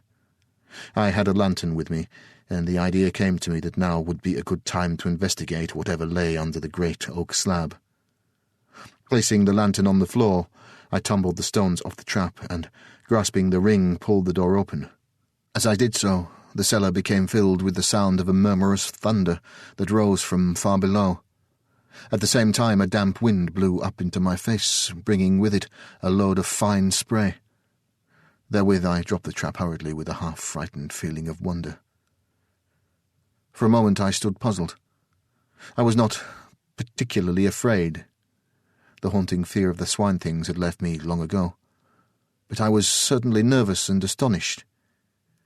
Then a sudden thought possessed me, and I raised the ponderous door with a feeling of excitement. Leaving it standing upon its end, I seized the lantern, and, kneeling down, thrust it into the opening. As I did so, the moist wind and spray drove in my eyes, making me unable to see for a few moments. Even when my eyes were clear, I could distinguish nothing below me, save darkness and whirling spray. Seeing that it was useless to expect to make out anything with the light so high, I felt in my pockets for a piece of twine with which to lower it further into the opening. Even as I fumbled, the lantern slipped from my fingers and hurtled down into the darkness. For a brief instant I watched its fall, and saw the light shine on a tumult of white foam, some 80 or 100 feet below me. Then it was gone. My sudden surmise was correct, and now I knew the cause of the wet and noise. The great cellar was connected with the pit by means of a trap, which opened right above it, and the moisture was the spray rising from the water falling into the depths. In an instant I had an explanation of certain things that had hitherto puzzled me. Now I could understand why the noises on the first night of the invasion had seemed to rise directly from under my feet, and the chuckle that had sounded when I first opened the trap. Evidently some of the swine things must have been right beneath me. Another thought struck me. Were the creatures all drowned? Would they drown? I remembered how unable I had been to find any traces to show that my shooting had been really fatal. Had they life as we understand life, or were they ghouls? These thoughts flashed through my brain as I stood in the dark, searching my pockets for matches. I had the box in my hand now, and striking a light I stepped to the trap door and closed it. Then I piled the stones back upon it, after which I made my way out of the cellars. And so, I suppose the water goes on, thundering down into that bottomless hell pit. Sometimes I have an inexplicable desire to go down to the great cellar, open the trap and gaze into the impenetrable spray-damp darkness. At times the desire becomes almost overpowering in its intensity. It is not mere curiosity that prompts me, but more as though some unexplained influence was still at work. Still, I never go, and intend to fight down the strange longing and crush it, even as I would the unholy thought of self-destruction. This idea of some intangible force being exerted may seem reasonless, yet my instinct warns me that it is not so. In these things reason seems to me less to be trusted than instinct. One thought there is, in closing, that impresses itself upon me with ever-growing insistence. It is that I live in a very strange house, a very awful house, and I have begun to wonder whether I am doing wisely in staying here. Yet, if I left, where could I go, and still obtain the solitude and the sense of her presence that alone makes my old life bearable? Chapter 14. The Sea of Sleep. For a considerable period after the last incident which I have narrated in my diary, I had serious thoughts of leaving this house, and might have done so, but for the great and wonderful thing of which I am about to write. How well I was advised in my heart when I stayed on here, spite of those visions and sights of unknown and unexplainable things, for had I not stayed, then I had not seen again the face of her I loved. Yes, though few know it, none now save my sister Mary I have loved and, me, lost. I would write down the story of those sweet old days, but it would be like the tearing of old wounds. Yet, after that which has happened, what need have I to care? For she has come to me out of the unknown. Strangely, she warned me passionately against this house, begged me to leave it, but admitted, when I questioned her, that she could not have come to me had I been elsewhere. Yet in spite of this, still she warned me, earnestly, telling me that it was a place long ago given over to evil, and under the power of grim laws of which none here have knowledge. And I just asked her again whether she would come to me elsewhere, and she could only stand silent. It was thus that I came to the place of the Sea of Sleep. So she termed it in her dear speech with me. I had stayed up in my study reading, and must have dozed over the book. Suddenly I awoke and sat upright with a start. For a moment I looked round with a puzzled sense of something unusual. There was a misty look about the room, giving a curious softness to each table and chair and furnishing. Gradually the mistiness increased, growing, as it were, out of nothing. Then slowly a soft white light began to glow in the room. The flames of the candles shone through it, palely. I looked from side to side and found that I could still see each piece of furniture, but in a strangely unreal way, more as though the ghost of each table and chair had taken the place of the solid article. Gradually as I looked I saw them fade and fade, until slowly they resolved into nothingness. Now I looked again at the candles. They shone wanly, and even as I watched grew more unreal, and so vanished. The room was filled now with a soft yet luminous white twilight, like a gentle mist of light. Beyond this I could see nothing. Even the walls had vanished. Presently I became conscious that a faint, continuous sound pulsed through the silence that wrapped me. I listened intently. It grew more distinct until it appeared to me that I had harked to the breathings of some great sea. I cannot tell how long a space passed thus, but after a while it seemed that I could see through the mistiness, and slowly I became aware that I was standing upon the shore of an immense and silent sea. This shore was smooth and long, vanishing to the right and left of me in extreme distances. In front swam a still immensity of sleeping ocean. At times it seemed to me that I caught a faint glimmer of light under its surface, but of this I could not be sure. Behind me rose up to an extraordinary height gaunt black cliffs. Overhead the sky was of a uniform cold grey colour, the whole place being lit by a stupendous globe of pale fire that swam a little above the far horizon and shed a foam-like light above the quiet waters. Beyond the gentle murmur of the sea, an intense stillness prevailed. For a long while I stayed there, looking out across its strangeness. Then as I stared it seemed that a bubble of white foam floated up out of the depths, and then, even now I know not how it was, I was looking into the face of her. Aye, into her face, into her soul. And she looked back at me, with such a commingling of joy and sadness that I ran toward her, blindly, crying strangely to her, in a very agony of remembrance, of terror, and of hope to come to me. Yet, spite of my crying, she stayed out there upon the sea, and only shook her head sorrowfully. But in her eyes was the old earth light of tenderness that I had come to know before all things, ere we were parted. At her perverseness I grew desperate and essayed to wade out to her. Yet, though I would, I could not. Some invisible barrier held me back, and I was fain to stay where I was and cry out to her in the fullness of my soul. "Oh, my darling, my darling!" But could say no more, for very intensity. And at that she came over swiftly and touched me, and it was as though heaven had opened.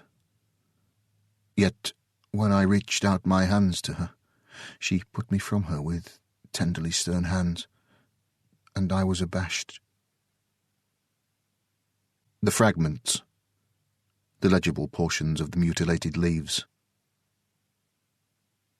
Through tears, noise of eternity in my ears, we parted. She whom I love. Oh, my God! I was a great time dazed, and then I was alone, in the blackness of the night. I knew that I journeyed back once more to the known universe. Presently I emerged from that enormous darkness. I had come among the stars. Vast time, the sun far and remote. I entered into the gulf that separates our system from the outer suns. As I sped across the dividing dark, I watched steadily the ever-growing brightness and size of our sun. Once I glanced back to the stars and saw them shift, as it were, in my wake against the mighty background of night, so vast was the speed of my passing spirit. I drew nigher to our system, and now I could see the shine of Jupiter. Later I distinguished the cold blue gleam of the earthlight. I had a moment of bewilderment. All about the sun there seemed to be bright objects moving in rapid orbits. Inward, nigh to the savage glory of the sun, there circled 2 darting points of light, and further off there flew a blue, shining speck that I knew to be the earth. It circled the sun in a space that seemed to be no more than an earth minute. Nearer, with great speed, I saw the radiances of Jupiter and Saturn spinning with incredible swiftness in huge orbits, and ever I drew more nigh and looked out upon this strange sight, the visible circling of the planets about the mother sun. It was as though time had been annihilated for me, so that a year was no more to my unfleshed spirit than it is a moment to an earthbound soul. The speed of the planets appeared to increase, and presently I was watching the sun, all ringed about with hair-like circles of different-coloured fire, the paths of the planets hurtling at mighty speed about the central flame. The sun grew vast, as though it leapt to meet me, and now I was within the circle of the outer planets, and flitting swiftly toward the place where the earth glimmered through the blue splendour of its orbit, as though a fiery mist circled the sun at a monstrous speed. Chapter 15. The Noise in the Night. And now I come to the strangest of all the strange happenings that have befallen me in this house of mysteries. It occurred quite lately, within the month, and I have little doubt but what I saw was in reality the end of all things. However, to my story.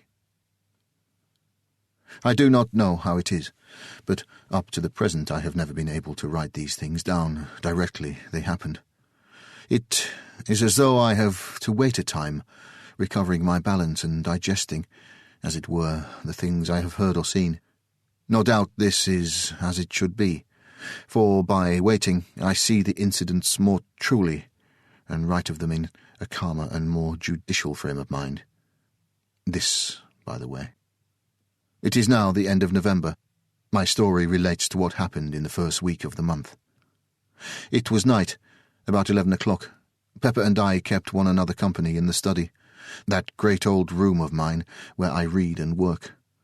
I was reading, curiously enough, the Bible. I have begun, in these later days, to take a growing interest in that great and ancient book. Suddenly a distinct tremor shook the house, and there came a faint and distant whirring buzz that grew rapidly into a far, muffled scream. It reminded me, in a queer, gigantic way, of the noise that a clock makes when the catch is released and it is allowed to run down. The sound appeared to come from some remote height, somewhere up in the night. There was no repetition of the shock. I looked across at Pepper. He was sleeping peacefully. Gradually the whirring noise decreased, and there came a long silence. All at once a glow lit up the end window, which protrudes far out from the side of the house so that from it one may look both east and west.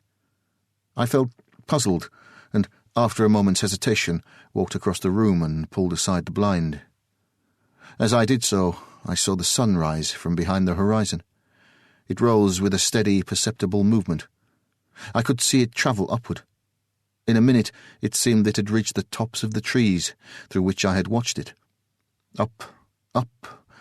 It was broad daylight now. Behind me I was conscious of a sharp, mosquito-like buzzing. I glanced round and knew that it came from the clock. Even as I looked, it marked off an hour. The minute hand was moving round the dial faster than an ordinary second hand. The hour hand moved quickly from space to space. I had a numb sense of astonishment. A moment later, so it seemed, the two candles went out almost together. I turned swiftly back to the window, for I had seen the shadow of the window frames travelling along the floor toward me, as though a great lamp had been carried up past the window.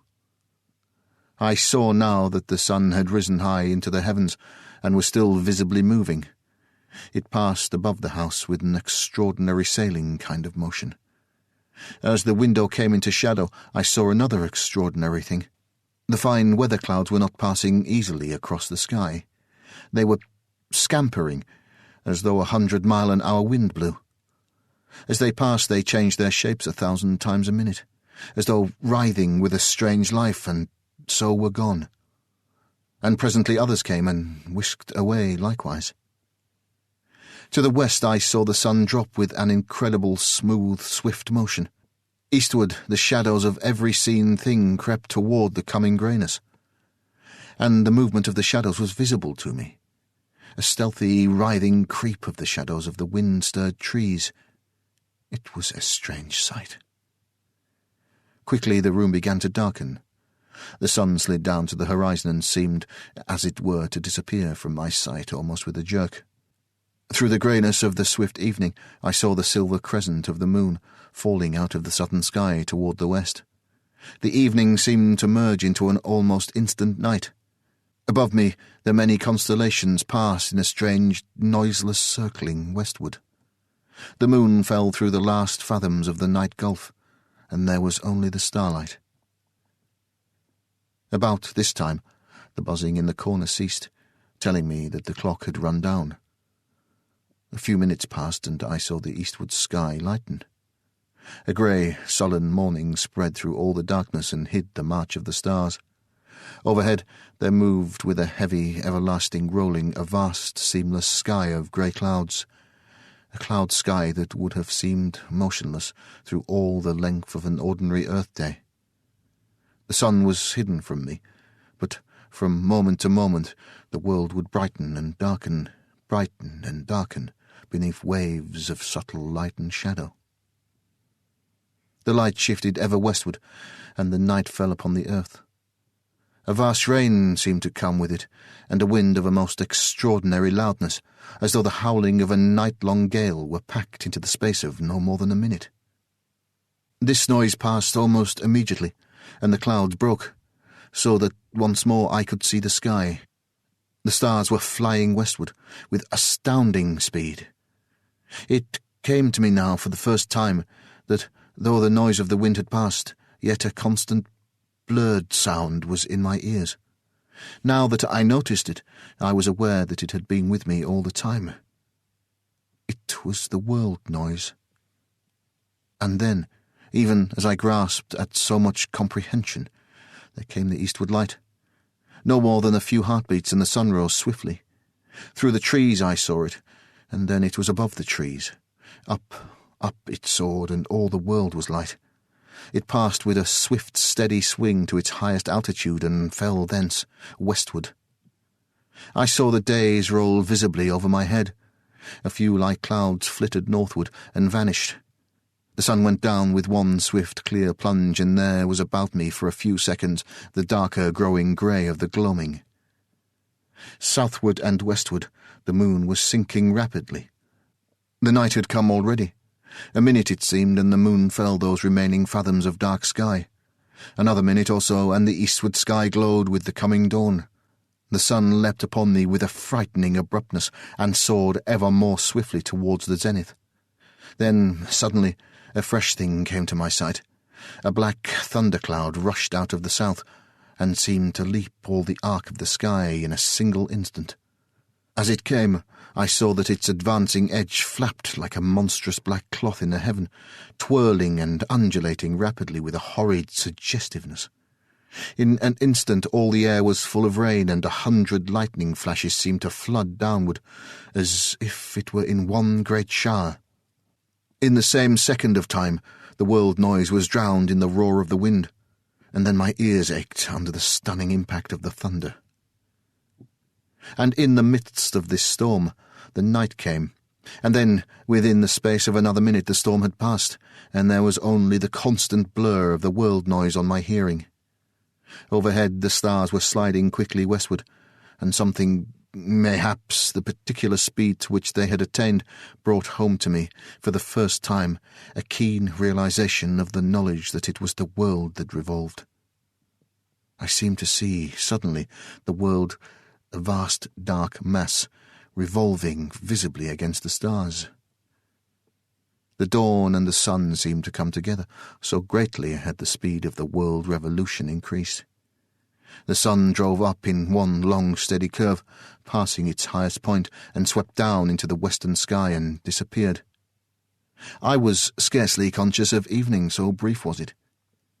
Then I was watching the flying constellations and the westward hastening moon.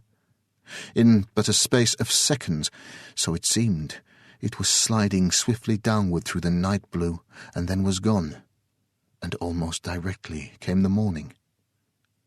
And now there seemed to come a strange acceleration. The sun made one clean, clear sweep through the sky and disappeared behind the western horizon, and the night came and went with a like haste. As the succeeding day opened and closed upon the world, I was aware of a sweat of snow suddenly upon the earth. The night came, and almost immediately the day. In the brief leap of the sun, I saw that the snow had vanished, and then, once more, it was night. Thus matters were, and even after the many incredible things that I have seen, I experienced all the time a most profound awe.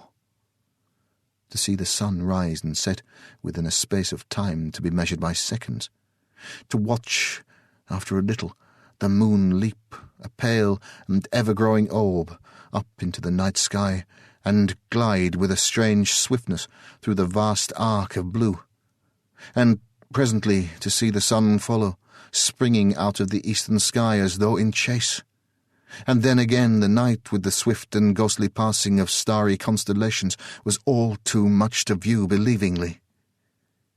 Yet so it was.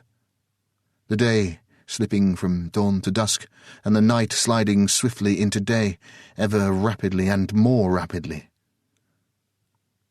The last 3 passages of the sun had shown me a snow-covered earth, which at night had seemed, for a few seconds, incredibly weird under the fast-shifting light of the soaring and falling moon.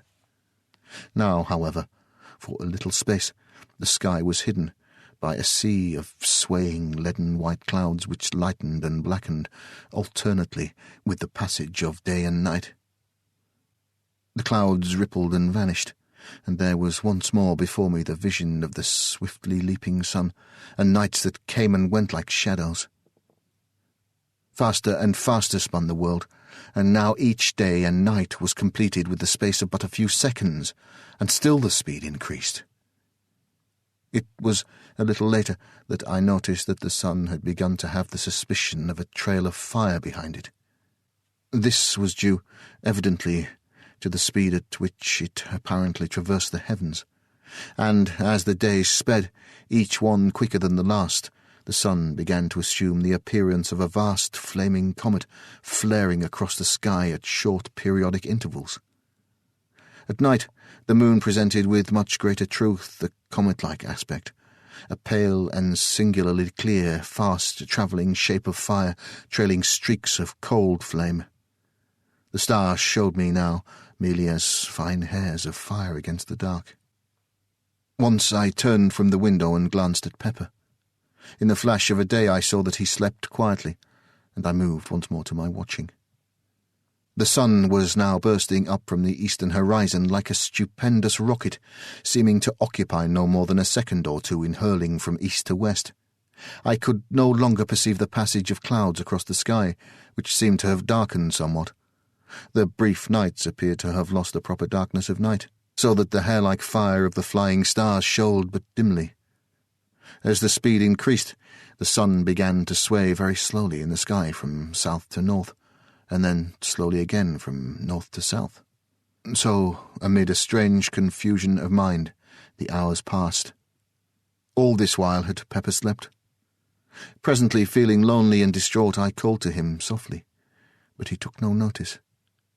Again I called, raising my voice slightly. Still he moved not. I walked over to where he lay and touched him with my foot to rouse him. At the action, gentle though it was, he fell to pieces.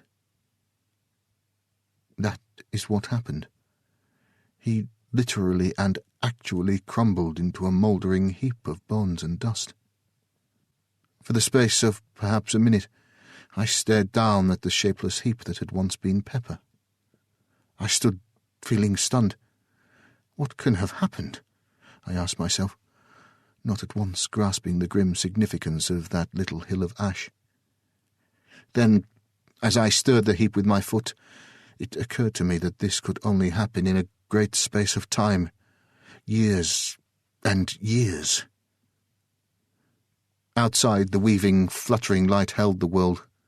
Inside, I stood trying to understand what it meant, what that little pile of dust and dry bones on the carpet meant.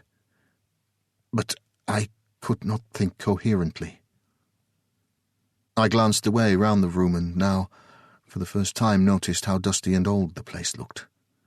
Dust and dirt everywhere, piled in little heaps in the corner and spread upon the furniture. The very carpet itself was invisible between a coating of the same all-pervading material. As I walked, little clouds of the stuff rose up from under my footsteps and assailed my nostrils with a dry, bitter odour that made me wheeze huskily. Suddenly, as my glance fell again upon Pepper's remains, I stood still and gave voice to my confusion, questioning aloud whether the years were indeed passing, whether this, which I had taken to be a form of vision, was in truth a reality. I paused. A new thought had struck me. Quickly, but with steps which, for the first time I noticed, tottered, I went across the room to the great pier glass and looked in. It was too covered with grime to give back any reflection, and with trembling hands I began to rub off the dirt. Presently I could see myself. The thought that had come to me was confirmed. Instead of the great, hale man who scarcely looked 50, I was looking at a bent, decrepit man, whose shoulders stooped and whose face was wrinkled with the years of a century. The hair, which a few short hours ago had been nearly coal-black, was now silvery white. Only the eyes were bright. Gradually I traced, in that ancient man, a faint resemblance to myself of other days. I turned away and tottered to the window. I knew now that I was old, and the knowledge seemed to confirm my trembling walk. For a little space I stared moodily out into the blurred vista of changeful landscape. Even in that short time a year passed, and with a petulant gesture I left the window. As I did so I noticed that my hand shook with the palsy of old age, and a short sob choked its way through my lips.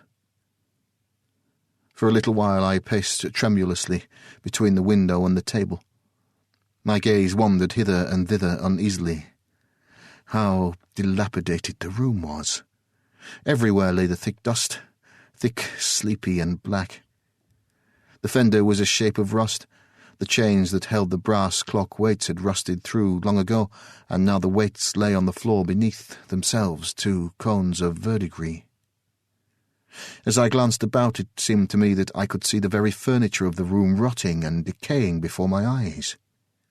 Nor was this fancy on my part, for all at once the bookshelf along the side wall collapsed with a cracking and rending of rotten wood, precipitating its contents upon the floor and filling the room with a smother of dusty atoms.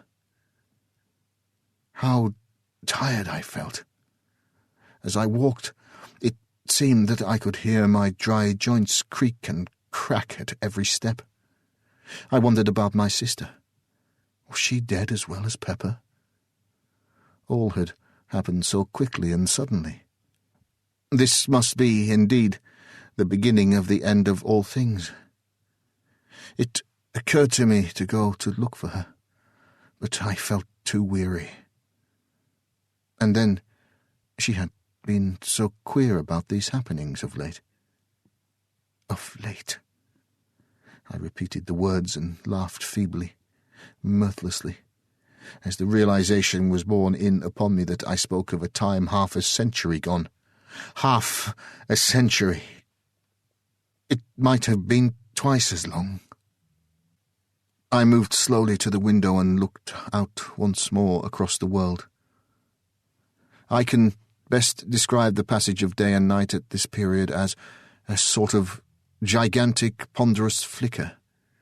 Moment by moment the acceleration of time continued, so that at nights now I saw the moon only as a swaying trail of palish fire that varied from a mere line of light to a nebulous path, and then dwindled again, disappearing periodically. The flicker of the days and nights quickened. The days had grown perceptibly darker, and a queer quality of dusk lay, as it were, in the atmosphere. The nights were so much lighter that the stars were scarcely to be seen, saving here and there an occasional hair-like line of fire that seemed to sway a little with the moon. Quicker and ever quicker ran the flicker of day and night, and suddenly it seemed I was aware that the flicker had died out, and instead there reigned a comparatively steady light, which was shed upon all the world from an eternal river of flame that swung up and down, north and south, in stupendous, mighty swings. The sky was now grown very much darker, and there was in the blue of it a heavy gloom, as though a vast blackness peered through it upon the earth. Yet there was in it also a strange and awful clearness and emptiness. Periodically I had glimpses of a ghostly track of fire that swayed thin and darkly toward the sun-stream, vanished and reappeared. It was the scarcely visible moon-stream. Looking out at the landscape, I was conscious again of a blurring sort of flitter that came either from the light of the ponderous swinging sunstream or was the result of the incredibly rapid changes of the earth's surface. And every few moments, so it seemed, the snow would lie suddenly upon the world and vanish as abruptly as though an invisible giant flitted a white sheet off and on the earth. Time fled, and the weariness that was mine grew insupportable. I turned from the window and walked once across the room, the heavy dust deadening the sound of my footsteps. Each step that I took seemed a greater effort than the one before. An intolerable ache knew me in every joint and limb as I trod my way with a weary uncertainty. By the opposite wall, I came to a weak pause and wondered dimly what was my intent. I looked to my left and saw my old chair.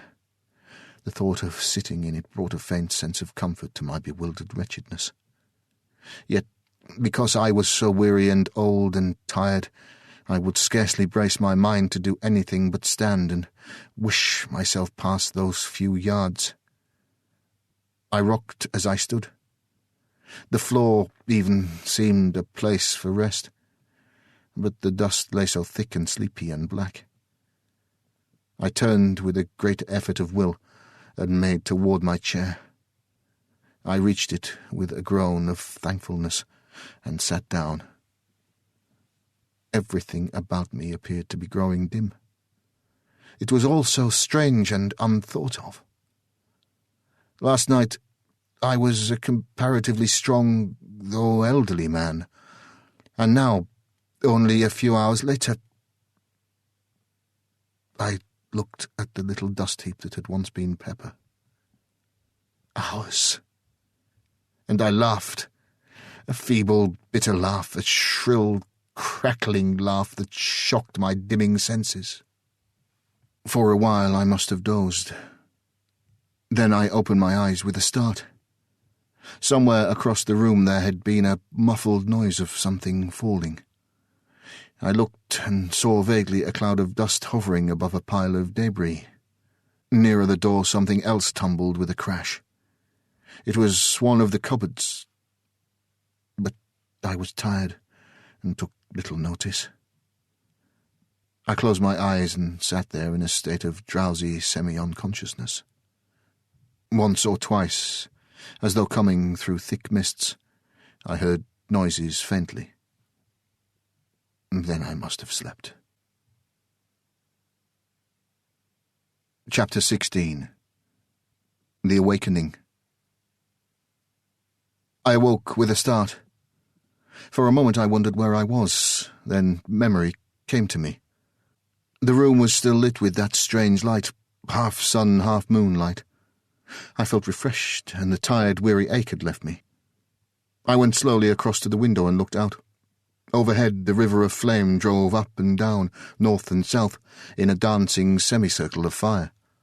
As a mighty sleigh in the loom of time, it seemed, in a sudden fancy of mine, to be beating home the picks of the years. For so vastly had the passage of time been accelerated that there was no longer any sense of the sun passing from east to west. The only apparent movement was the north and south beat of the sun-stream that had become so swift now as to be better described as a quiver.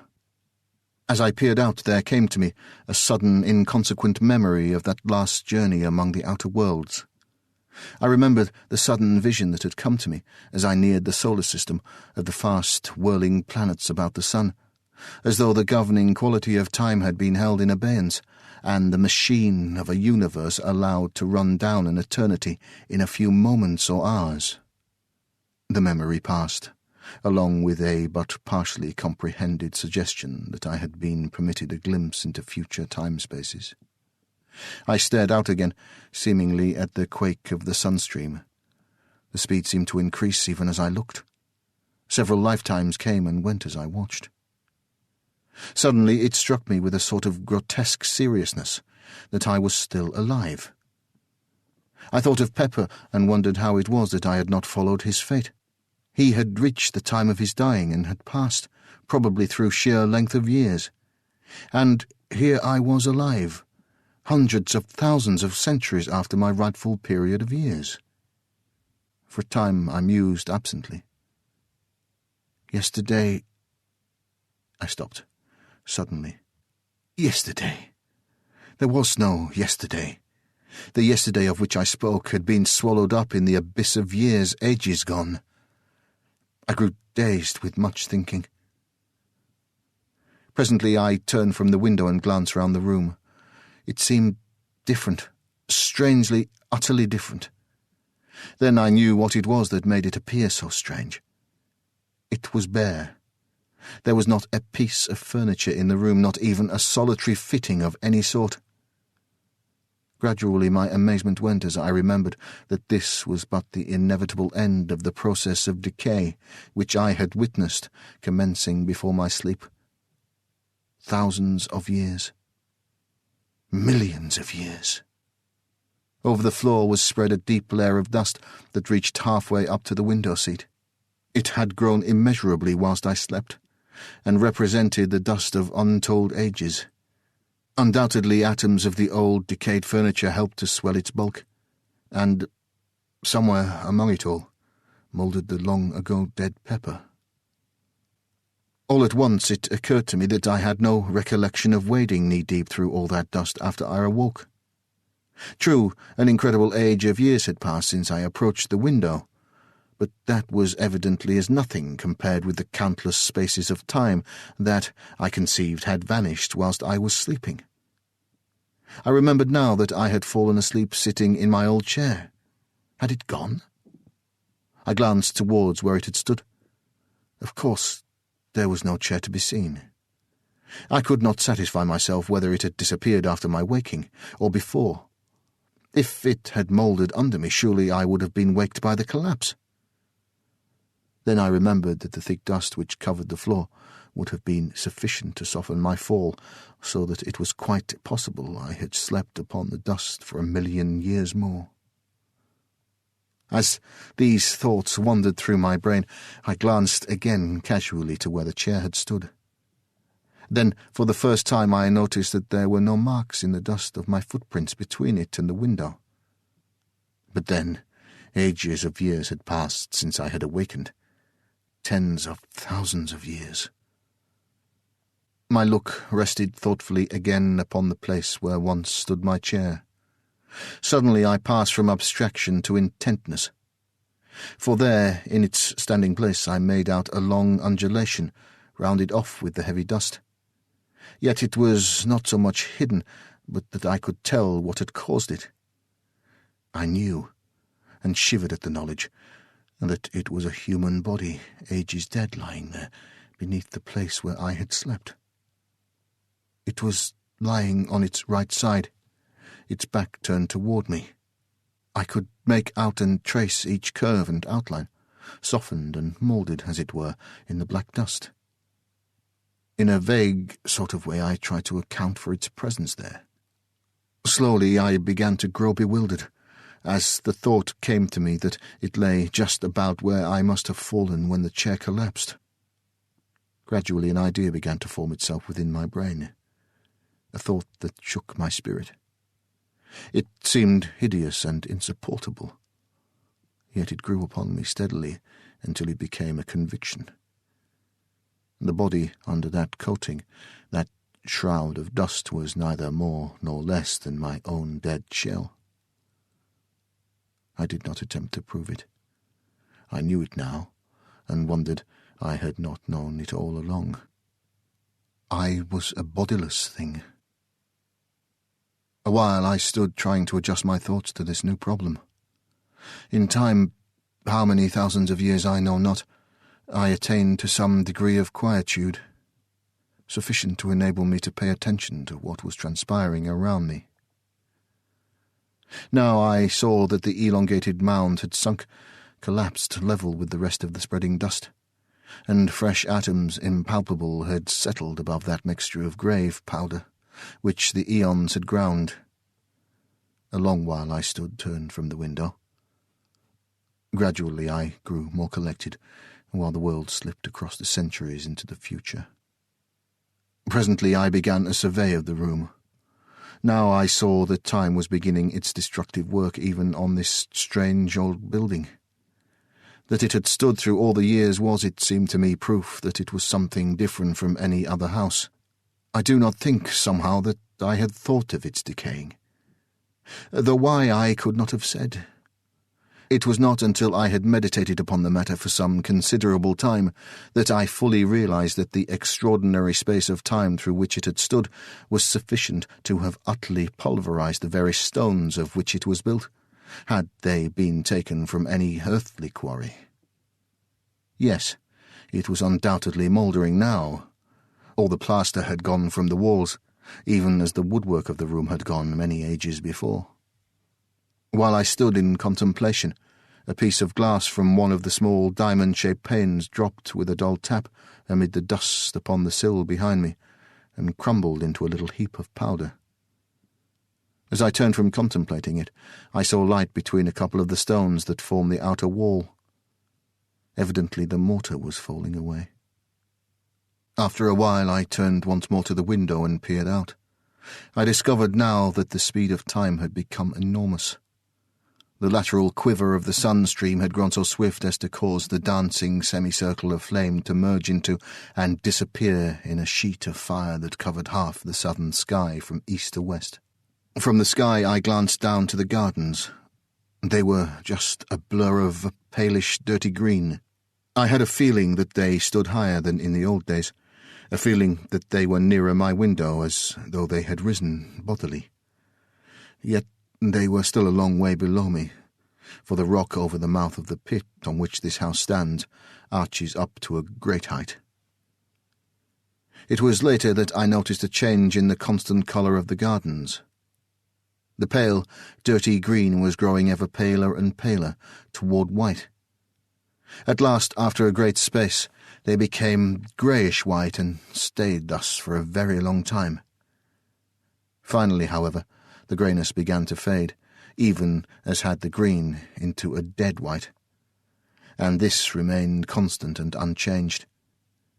And by this I knew that, At last, snow lay upon all the northern world. And so, by millions of years, time winged onward through eternity, to the end of which, in the old days, I had thought remotely and in hazily speculative fashion. And now it was approaching in a manner of which none had ever dreamed. I recollect that about this time I began to have a lively, though morbid, curiosity as to what would happen when the end came. But I seemed strangely without imaginings. All this while the steady process of decay was continuing. The few remaining pieces of glass had long ago vanished, and every now and then a soft thud and a little cloud of rising dust would tell of some fragment of fallen mortar or stone. I looked up again to the fiery sheet that quaked in the heavens above me and far down into the southern sky. As I looked, the impression was borne in upon me that it had lost some of its first brilliancy, that it was duller, deeper hued. I glanced down once more to the blurred white of the worldscape. Sometimes my look returned to the burning sheet of dulling flame that was and yet hid the sun.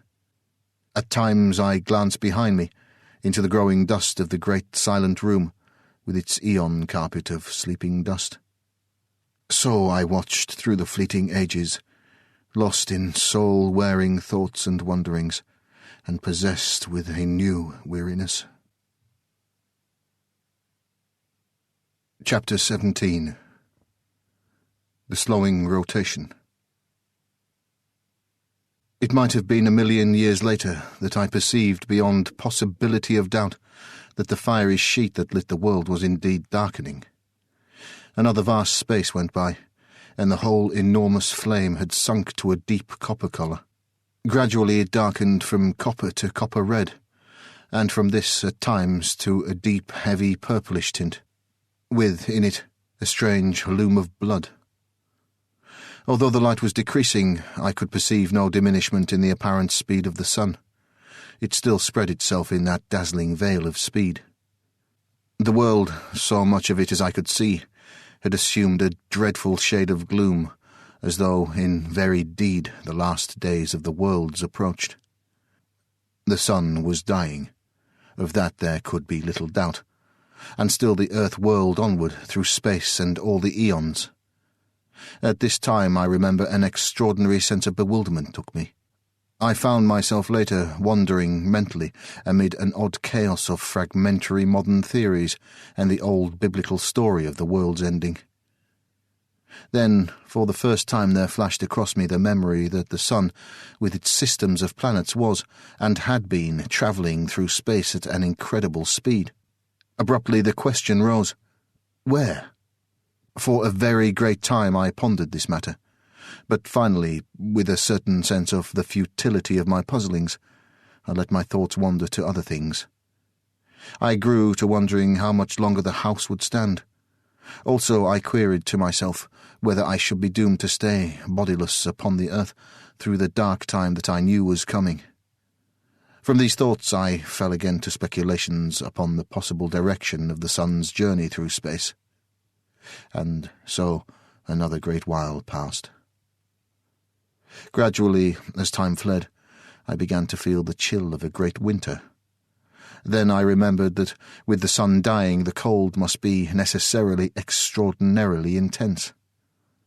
Slowly, as the eons slipped into eternity, the earth sank into a heavier and redder gloom. The dull flame in the firmament took on a deeper tint, very sombre and turbid. Then at last it was borne upon me that there was a change. The fiery, gloomy curtain of flame that hung quaking overhead and down away into the southern sky began to thin and contract. And in it, as one sees the fast vibrations of a jarred harp-string, I saw once more the sun stream quivering, giddily, north and south.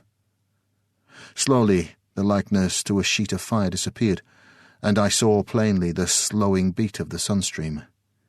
Yet even then the speed of its swing was inconceivably swift, and all the time the brightness of the fiery arc grew even duller. Underneath, the world loomed dimly, an indistinct, ghostly region. Overhead, the river of flame swayed slower, and even slower, until at last it swung to the north and south in great ponderous beats that lasted through seconds. A long space went by, and now each sway of the great belt lasted nigh on a minute, so that, after a great while, I ceased to distinguish it as a visible movement, and the streaming fire ran in a steady river of dull flame across the deadly-looking sky. An indefinite period passed, and it seemed that the arc of fire became less sharply defined. It appeared to me to grow more attenuated, and I thought blackish streaks showed occasionally. Presently, as I watched, the smooth onward flow ceased, and I was able to perceive that there came a momentary but regular darkening of the world. This grew until, once more, night descended in short but periodic intervals upon the wearying earth. Longer and longer became the nights, and the days equalled them, so that at last the day and the night grew to the duration of seconds in length, and the sun showed once more like an almost invisible coppery red-coloured ball within the glowing mistiness of its flight. Corresponding to the dark lines showed at times in its trail, there were now distinctly to be seen on the half-visible sun itself great dark belts. Year after year flashed into the past, and the days and nights spread into minutes. The sun had ceased to have the appearance of a tail, and now rose and set, a tremendous globe of a glowing copper-bronze hue, in parts ringed with blood-red bands, in others with the dusky ones that I have already mentioned. These circles, both red and black, were of varying thicknesses.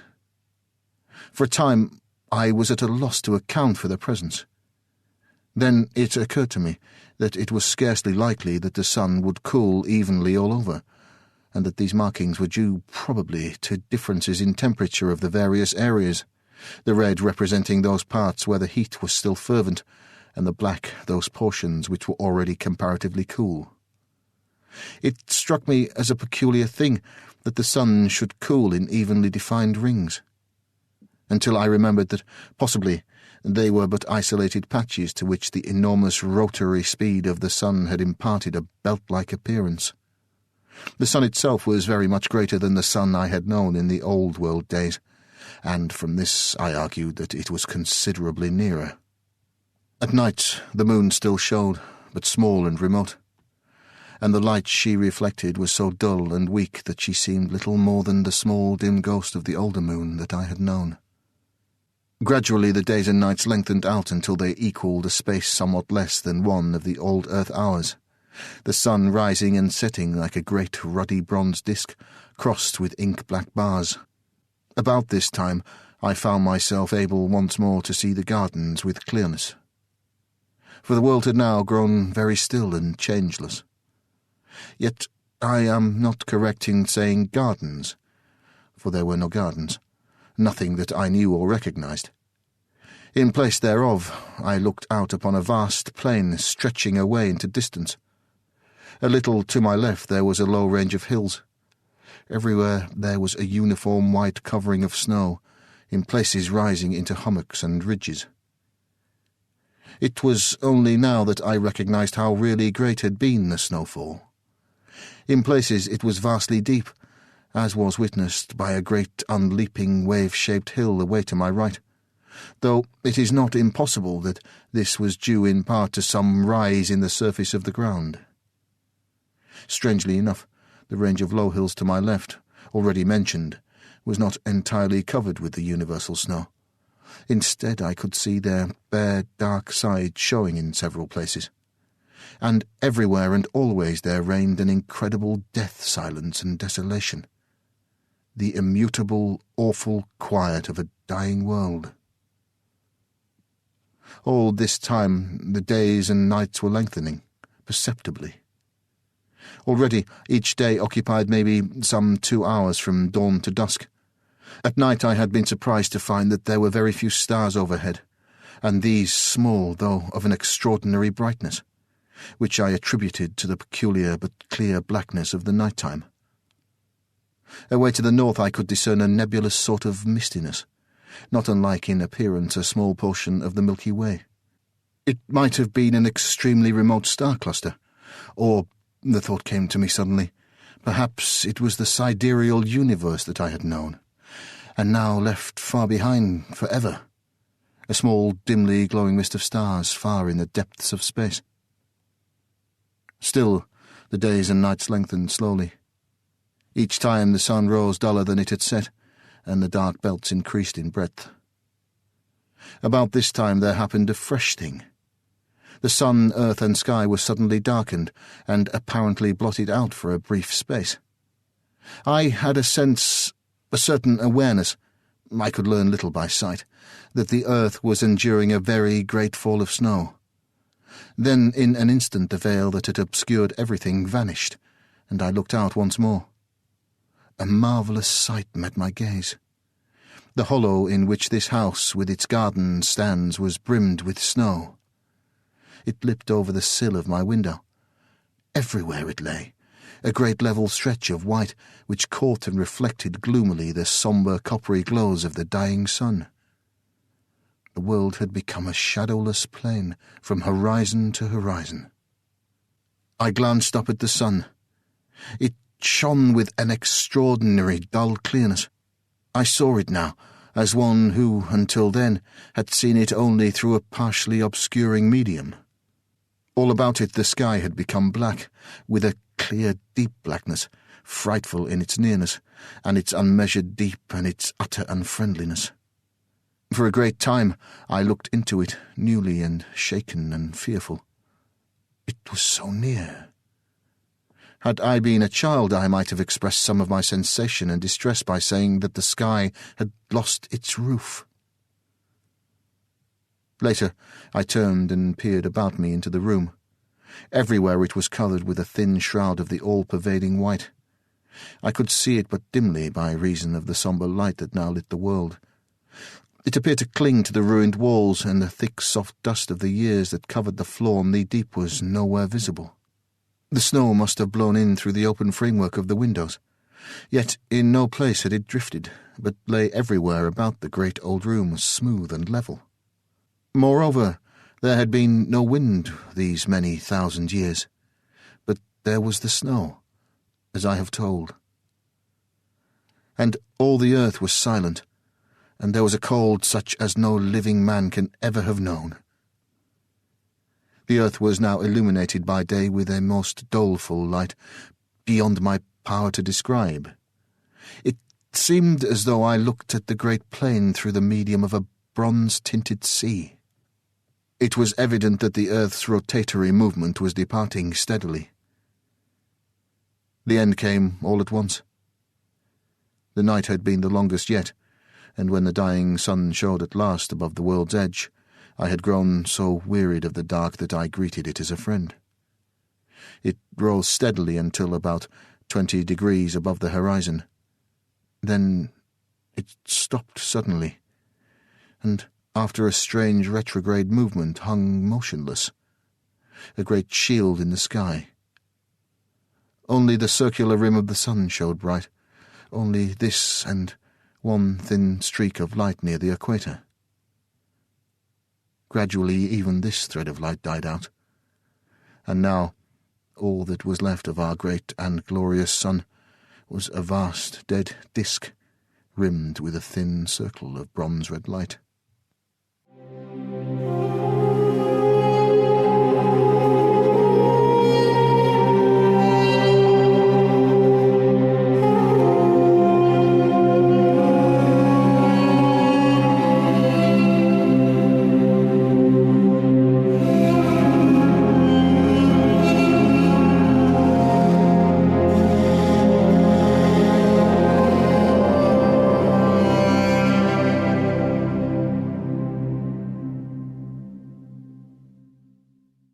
What matters the end of the sun, the solar system, the earth, and all we know, when suddenly we're faced with the return of the woman who got away?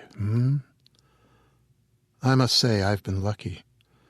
After 40 years, I finally married my one who got away, the wondrous Miss to Celia.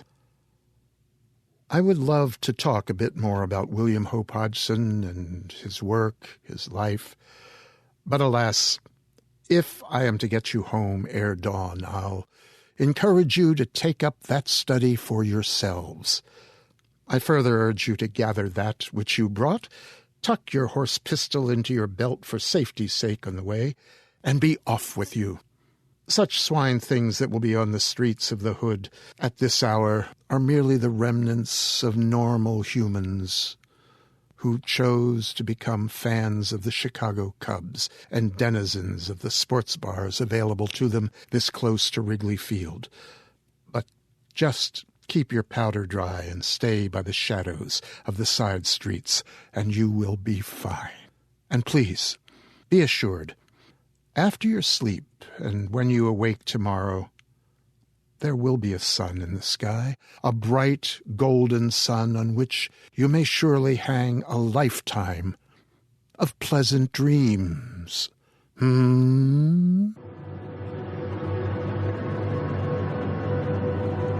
This presentation has been brought to you by the District of Wonders Network, dedicated to podcasting the finest genre fiction.